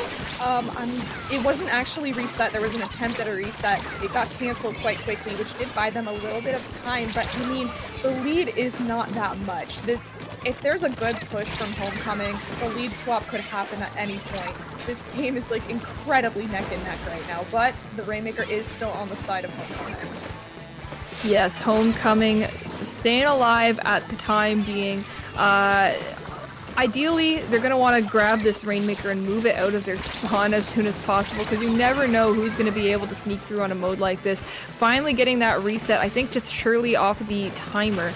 And now, I mean, look at mid. It is still totally green, completely green. We don't have any kind of coverage coming out from Homecoming. We just have a bit of, maybe, I don't like to call it that, but it's like a desperation hammer coming out from Karma here. And just like in desperate times, where not everyone's going to survive, 3 down, and we are still continuing to push this Rainmaker, albeit not really getting any points on the board. For sure. I mean, the Rainmaker is in a fantastic place for Fems in order to push it further. However, I just feel like they're getting kicked out from Homecoming. I mean, you were on Homecoming's turf. They just, you know, the push, there was a good opportunity to push it there, but we just didn't really have the people to continue and maintain that push in general. We are seeing Karma going for the flank once again, trying to make something happen to go down from Fems. So, I mean, with 1 minute left on the board, like you said, this could be the, you know, snowball. It's not a lot of points, unfortunately. So it's anybody's game right now. It just depends on whether Fems is able to have a cohesive defense, or if that defense is going to be broken by Homecoming. It's really not looking good right now. Yeah, I think a large struggle. Well, speaking of struggle, we're going to struggle to defend that lead that we have there as that Rainmaker rounds the corner. Getting that pop is going to take out one more person who was trying to maybe stop things. Oh my god. Commentary curse ×2. Nothing can be stopped there. We take that upper route and just barrel through every single leftover point on that game. Talk about last-ditch effort. They totally just, you know, had that second win. They saw the timer and they're like, okay, we gotta move now. Let's move now. And so they did move now, and they did.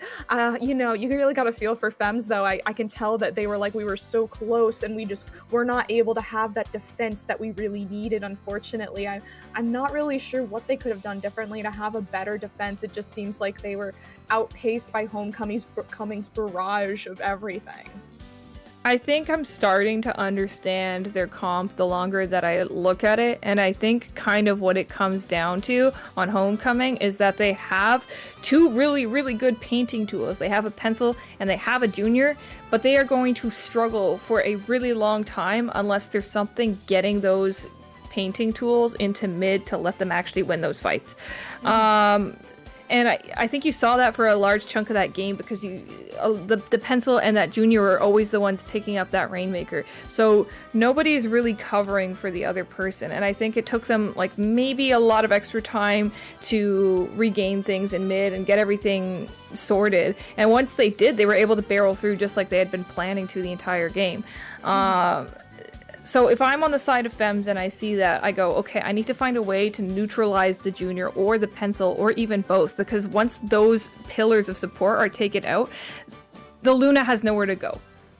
The Wiper, the sword cannot do a singular thing without the support of that paint. But the challenge is, like, how do we get there? How do we take those out? Yeah, that's the difficult part. The difficult part is when you have these very aggressive frontliners and you know that the win is to really detach the team from that pillar of support, from the junior, from the pencil. It's incredibly difficult to do. It's easy to say that's like, yes, that's what we need to do, but actually putting that into practice is a whole nother story. I will say that, I mean, I feel like Homecoming kind of rushed into a lot of their plays, especially, I mean, they got picked off without much support. Like you said, it feels like Fems really had the map control in the middle of that match. And, you know, Homecoming didn't really take advantage of that in the smartest of ways, but they were able to bring it back once they realized that the stuff they were doing wasn't working. And so I think that really says a lot about the team. And so this is going to be match point because it is best of 3. If Homecoming does take this, they will win the entire tournament. So we are going to be getting right into it. Yeah, a lot of stakes on the line here. Tower control on Hagglefish Market as we run into mid here. That Wiper is going to get taken out very early, but we do have that bubble on the tower. We are going to stall things out, but not for very long. It's just going to be that pencil remaining on the side of Homecoming, and Minty is going to take this opportunity, run forward, take out Karma. That is a huge pick here. Minty absolutely just running forward and getting purchase out of it. The displacement and the speed from Femmes is so refreshing to see compared to the, the other matches that we've seen them in. It feels so great. I mean, once they're able to get into position, then they're really set. But unfortunately, that positioning is going to be dismantled here as we are trying to snuff out the final pencil user from the side of Femmes. They are going to have to back up here, and we are going to be seeing Homecoming on the front foot. Hurdling that tower towards the first checkpoint. Unfortunately, 2 do go down from the side of Homecoming, but we do see 2 specials at the ready. And I speak too soon. Suddenly, only 1 special at the ready from Homecoming because one of them did get taken out. So it's a pretty neutral game right now. I mean, Homecoming is just in a staggered state. We aren't really able to get the pencil just yet. That is the win condition. We need to kind of get rid of those pillars of support that we talked about earlier.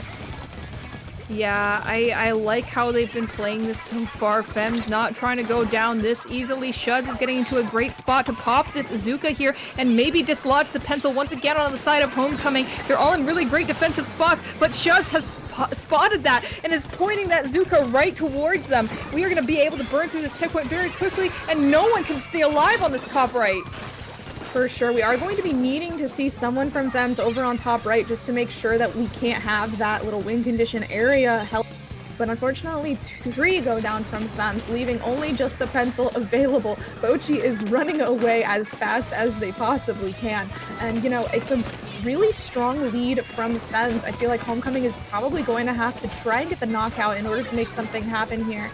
But we are just, Mia is just trying to cause as much havoc as possible, waste as much time as possible, and they are able to do that. The tower is still in a neutral kind of state right now. Quiet is trying to grab picks. Picks are not being plucked, but we are seeing specials at the ready. Yeah, kind of moving in a bit of a force together. You see this Junior following Quiet on that Luna Blaster very carefully and making sure that they consistently have paint and aren't going to get stalled out by anything on the side of Femmes. So finally getting up on this top right here, it was just Mia who was going to be able to defend this tower, but going down as well as the last member up on the side of Femmes. This is getting dangerous territories here. We might have our lead at risk once again. Quiet is in a place that you absolutely do not want a Luna Blaster to be in, but 3 go down from Homecoming. It's just a pencil. It's just oh my goodness, they were able to clear off the tower with just 2 points away from a lead swap. There's only 2 minutes left on the clock, so it's not entirely impossible for Homecoming to get the lead swap to happen, but they are going to need, another push of that caliber, so we'll see if they're able to make a push like that happen. I mean, we are in grand finals, so anything is on the table right now. But if I were Femmes, I would not feel too comfortable with that lead at all. Yeah, wow. If I'm on the side of Femmes, I am trying to play this as carefully as possible. I'm going to be staring down that timer. I'm going to be looking at the map, making sure no one is able to sneak in and get behind us and take these types of picks off of us. And speaking of sneaking in, Quiet gives it a shot, but Minty was ready for it, taking out 2 members onto the side of Homecoming and is now running towards the third. Minty unable to get the third. Well, they actually, I believe that was a trade, so beautiful trade. And Femmes is running the tower further and further. They really want to solidify that lead. Like we said, it's not a safe lead with that. It's only 2 points, so this is a really great state for Femmes to be in right now. And I feel like they can really, they're in the, oh my god! Mia got a triple with the, oh my god! Getting the last pick pick, and that could very much seal the deal here. This could be a knockout for them, keeping them alive in this tournament. They get down to 6 off of that quad. However, they're not going to be able to close things out. That is going to be a wipe once again, and Homecoming has another chance of getting back in here, but at what cost? They burnt through that last checkpoint. This is a uphill battle from this point on. For sure, with only 10 seconds, there's no opportunity for Homecoming to really make any mistakes here. They cannot make any mistakes if they want to win this match. But as we can see, there are some special on the board for Femmes, and I mean, there are 3 specials on the board for Homecoming. We are just kind of saving them until the last second that we can possibly use these. We may need to make everything count. Minty with the Booyah Bomb, absolutely holding it, trying to make sure that they can shred through the bubble. We're gonna see somebody try and hop on the tower, and that is game. Wow. Wow, okay. I mean, here I was thinking that this could be a 3-0 set, and that it would just be a very clean sweep from Homecoming, but Femmes showed up for this map mode and said, all right, it's not going to be this simple. We are going to make sure that we get some points on the board, and we're going to stay in this, and we still have a hand in this cup. That hammer throw was picture. It was chef's kiss. It was absolutely beautiful. And then Mia managed to grab the 4th right after this clip ends. It was beautiful to watch. I was in awe. That was perfect timing for everybody to be lined up so beautifully. You never expect the hammer to be coming from that particular angle. They probably saw that hammer run past them and they were like, all right, well, let's worry about what's happening on the left side here. Let's worry about the tower. Definitely not making it any easier for them with that toss. And then the cleanup on that last member, chef's kiss. Chef's kiss. Truly. I mean, those are the moments that you kind of live for, especially in grand finals. And I mean, shout out to Femmes. That is what is keeping them in this best of 5 set, because I mean, if Homecoming is able to win the next one, then we're gonna go over to a game 5. I mean, but Femmes really showed, hey, we're in this to win it. We're not out yet. Just trust us. And so I really am excited to see if, you know, that really boosted their morale a bit. I feel like that would be perfect for the mental, saying, okay, we can do this. This is winnable. Yeah, how do I put it? They're still in a very rough spot because everything from here on is going to be thin ice. They need to basically pull off a miracle 2 more times if they want to win this tournament.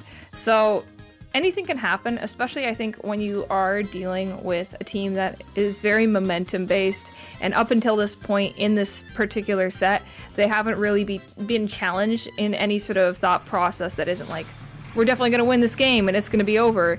And that may have thrown off their groove, but only time will tell at this point.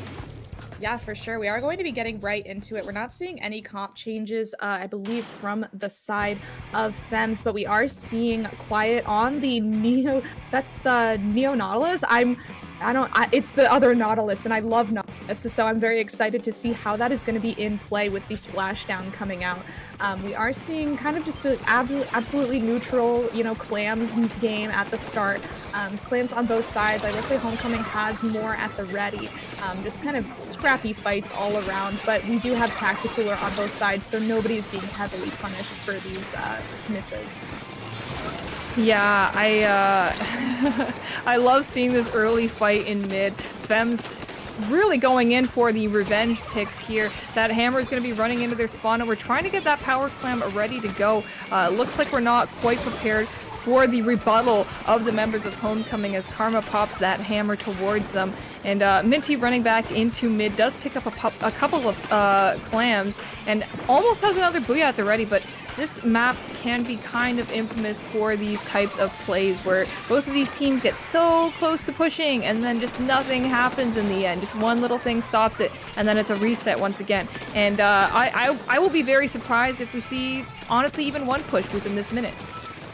For sure. I mean, with both teams being pretty balanced, we are seeing a jump from Bochi to break the barrier. But I mean, all it does is get us a wipeout. But we do have the points down to 60, which is fantastic for them. However, I feel like that wipeout may have not been worth it. I feel like maybe we probably should have been a little bit more safe, because that just allows Homecoming to have all of this space in mid at their ready, and having this pencil over in mid in this very advantageous area is quite scary. Yeah, I mean, like, when you think about it, now they have that pity clam, they have another one at the ready too, and they're probably already going to get the lead base off of this. There's one more person spawning in, you see Karma there, it's going to probably pick up that pity clam, yep, and is going to jump right towards that basket. This is sure enough going to be that lead, and seal the deal with that splashdown, buying them some more time for that jump to come in safely, and that's going to bring them down all the way to 33. We are able to have a wipeout, so I mean, the coin is flipped yet again. We do see Shuds in mid with a Zuka at the ready, just kind of waiting to use it. I'm guessing they're kind of waiting for the pencil to be in an advantageous spot that they can use it on. But I don't think the team is in a state where they all have 3 specials. They all want to pop these 3 specials, but the timing is just kind of not quite right on any of them, really. You have to kind of force the timing to be correct. So Shuds is going to try and make something happen here. We do have a power claim at the ready, but they obviously want to use their Inkzuka to be able to get a pick and make sure that it is a safe passage through this right side. Minty is going to try and take a flank, but I mean, just trying to take some attention and eyes off of that power clam.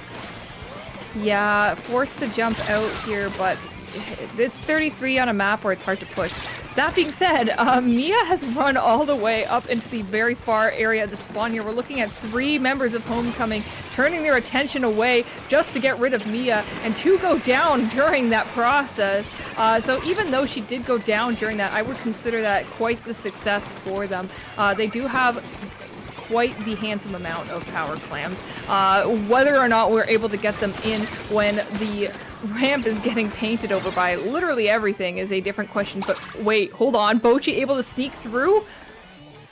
We do see Mia with the stamp trying to make something happen. Minty is still on their plat. It's just Shuds trying to get the flip, and we are able to the lead swap, but it's just like a hair's away. Shuds gets a double, and there's a wipeout, and suddenly the like velvet red carpet is here, and it's paved the way to a win. If we're just able to get 2 clams in, and we are able to get 2 clams in, and Fems is making it. We're going to game 5. What? I am shooketh. We talked about miracles before this game starting, and it looks like that might just happen today. We are going to a game 5 in Grands. I feel this is such a treat. This is such a delight. I'm speaking like a little peasant boy. I'm like, oh, what a delight. Oh, what a treat. What a delight. A treat. Finally. But yeah, that was an amazing showing. Really good, just doubles when you needed the doubles to happen. You know what I mean? Yeah, what?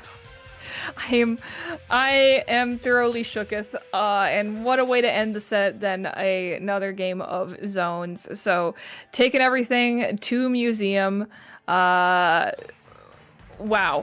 This is a dive map if I've ever seen one, and I would categorize that by any map where you can't really get back into your spawn that easily. Like, to get back on this one, you have to climb top mid and then run back or jump out, and it's like those are both very committal actions. There's no like, oh, we're getting pushed a little bit, better run back. No, you're gonna get either funneled into a corner or you're gonna ride the struggle bus. So for sure. I mean, but we did see Homecoming win the last zones match, so I'm sorry, my cat's being stupid. You probably just saw that. Yep. But yeah, that was the second swipe from your cat.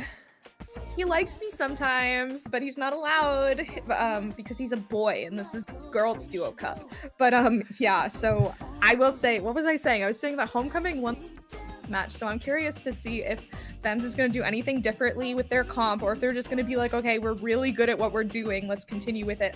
I want to see the heavy edit come back out, but knowing that this is not a heavy edit map, I feel like my dreams are crushed for that one. But whatever.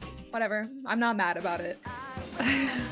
Well, Homecoming did take that first game, but it wasn't close. Sorry, it was close. It was extremely close. That's what I was going for. They knocked out, but like, it could have knocked out for Femmes even earlier than that. So finally, last game of the tournament, everything is on this one. We'll see how this plays out, and for the first time in this set, and the first time I'm seeing this here in this tournament, we have a swap from the Luna Blaster to the Splattershot Pro with missiles and a bomb. I am surprised, delighted. I think we saw that earlier, but it wasn't when we were commentating. So we were probably getting ready and we saw that. But I mean, I'm pleased to see the pick nonetheless. I feel like the missiles is a really good zoning tool that we can have here, just to displace and get eyes on everybody, especially with very aggressive weapons such as, you know, Mia being the powerhouse on that Splatana Stamper. And so at the start, we are seeing Homecoming coming in hot. They are trying to get on the plat, getting picked off by Bochi, who is just trying to play it safe a little bit, trying to stabilize their team. Mia with the beautiful flick on the hammer here, just trying to take attention, doing exactly what Wiper players need to be doing and should be doing. It's just like, you're gonna look at me now and not my teammates. So that's what we're seeing. Yeah, Mia has always done a very, very good job at holding the attention of other people. Whether that pays off in this instance is to be debated, as Homecoming still has that zone in their very strong control, but no one really diving towards the base of Femmes, which is kind of interesting. I feel like it's a bit uncharacteristic of what they've been doing so far. Yeah, unfortunately, it just feels like Femmes is not able to get back in there against this, you know, brick wall of Homecoming right now. I mean, we are all dropped down into this little pit of this bowl of a zone, this bowl that we call zone. So we are maybe going to try and see a flip happen here. We're holding the Zuka, we're holding our specials. We just want to get paint on the ground as fast as possible. That's what we need in order to win, because there's only 5 seconds left, and if we don't flip the zone right now, we're kind of screwed. And unfortunately, that's just how it shakes out. Homecoming is able to win 3-2. I mean, not as an exciting match as the last one. I feel like we should consider the last one our final match, but alas. Yeah, we'll flip the order of the games in post. Yeah, we'll flip it in post. I mean, fantastic showing from both teams, though. Oh my goodness. Yeah, a valiant effort from the members of Femmes, but you could just see that they kind of put everything on paint for the side of Homecoming. Even with the switch from Luna to Pro, that just allowed them to hold zone a little bit easier and push people off of it. And that just worked out for them. You can distract so much, but if you're not capping the zone or having any tool to cap the zone, then you might just end up in this situation where, it just slips through our fingers one too many times. Yeah, for sure. I mean, Femmes really did, they came in hot the past 2 matches. They were like, okay, we're going in, we're going in, we're going in. I just feel like you said, it's a dive map, and they were not able to dive because Homecoming just had this paint. They just had so much paint. It was not safe to do anything else aside from honor that paint, unfortunately. But I mean, kudos to Femmes and kudos to Homecoming for fantastic runs in this tournament. But I mean, as we are wrapping things up, I mean, I want to boost feminine voices. Siren, where can we find you? Anywhere I want to be found, it'll be, yes, right here, Siren Banshee. That's me on Blue Sky. I still kind of post to Twitter sometimes because I feel like not everyone has made the change, even though you really all should. And Twitch as well. So yeah, I don't have too much exciting things going on for me right now, but Riptide is coming up in a couple months, so you'll see me there. Yay! Well, you'll also see me there. I am Nullfire everywhere, Nullfire with a... Find me mostly on Blue Sky and also on Twitch. I like to stream, you know, Splatoon and horror games if that's up your alley. But yeah, I will also be at Riptide, and thank you so much for joining us today. Thank you to the streamer, thank you to Sama for you know, hosting everything and making sure everything runs smoothly. Thank you to Dapple, and thank you to the women supporting women. Ladies, we love you. Thank you for stopping by. And lastly, of course, congrats to Homecoming. Yes. on your dub. Congrats on Homecoming. But yeah,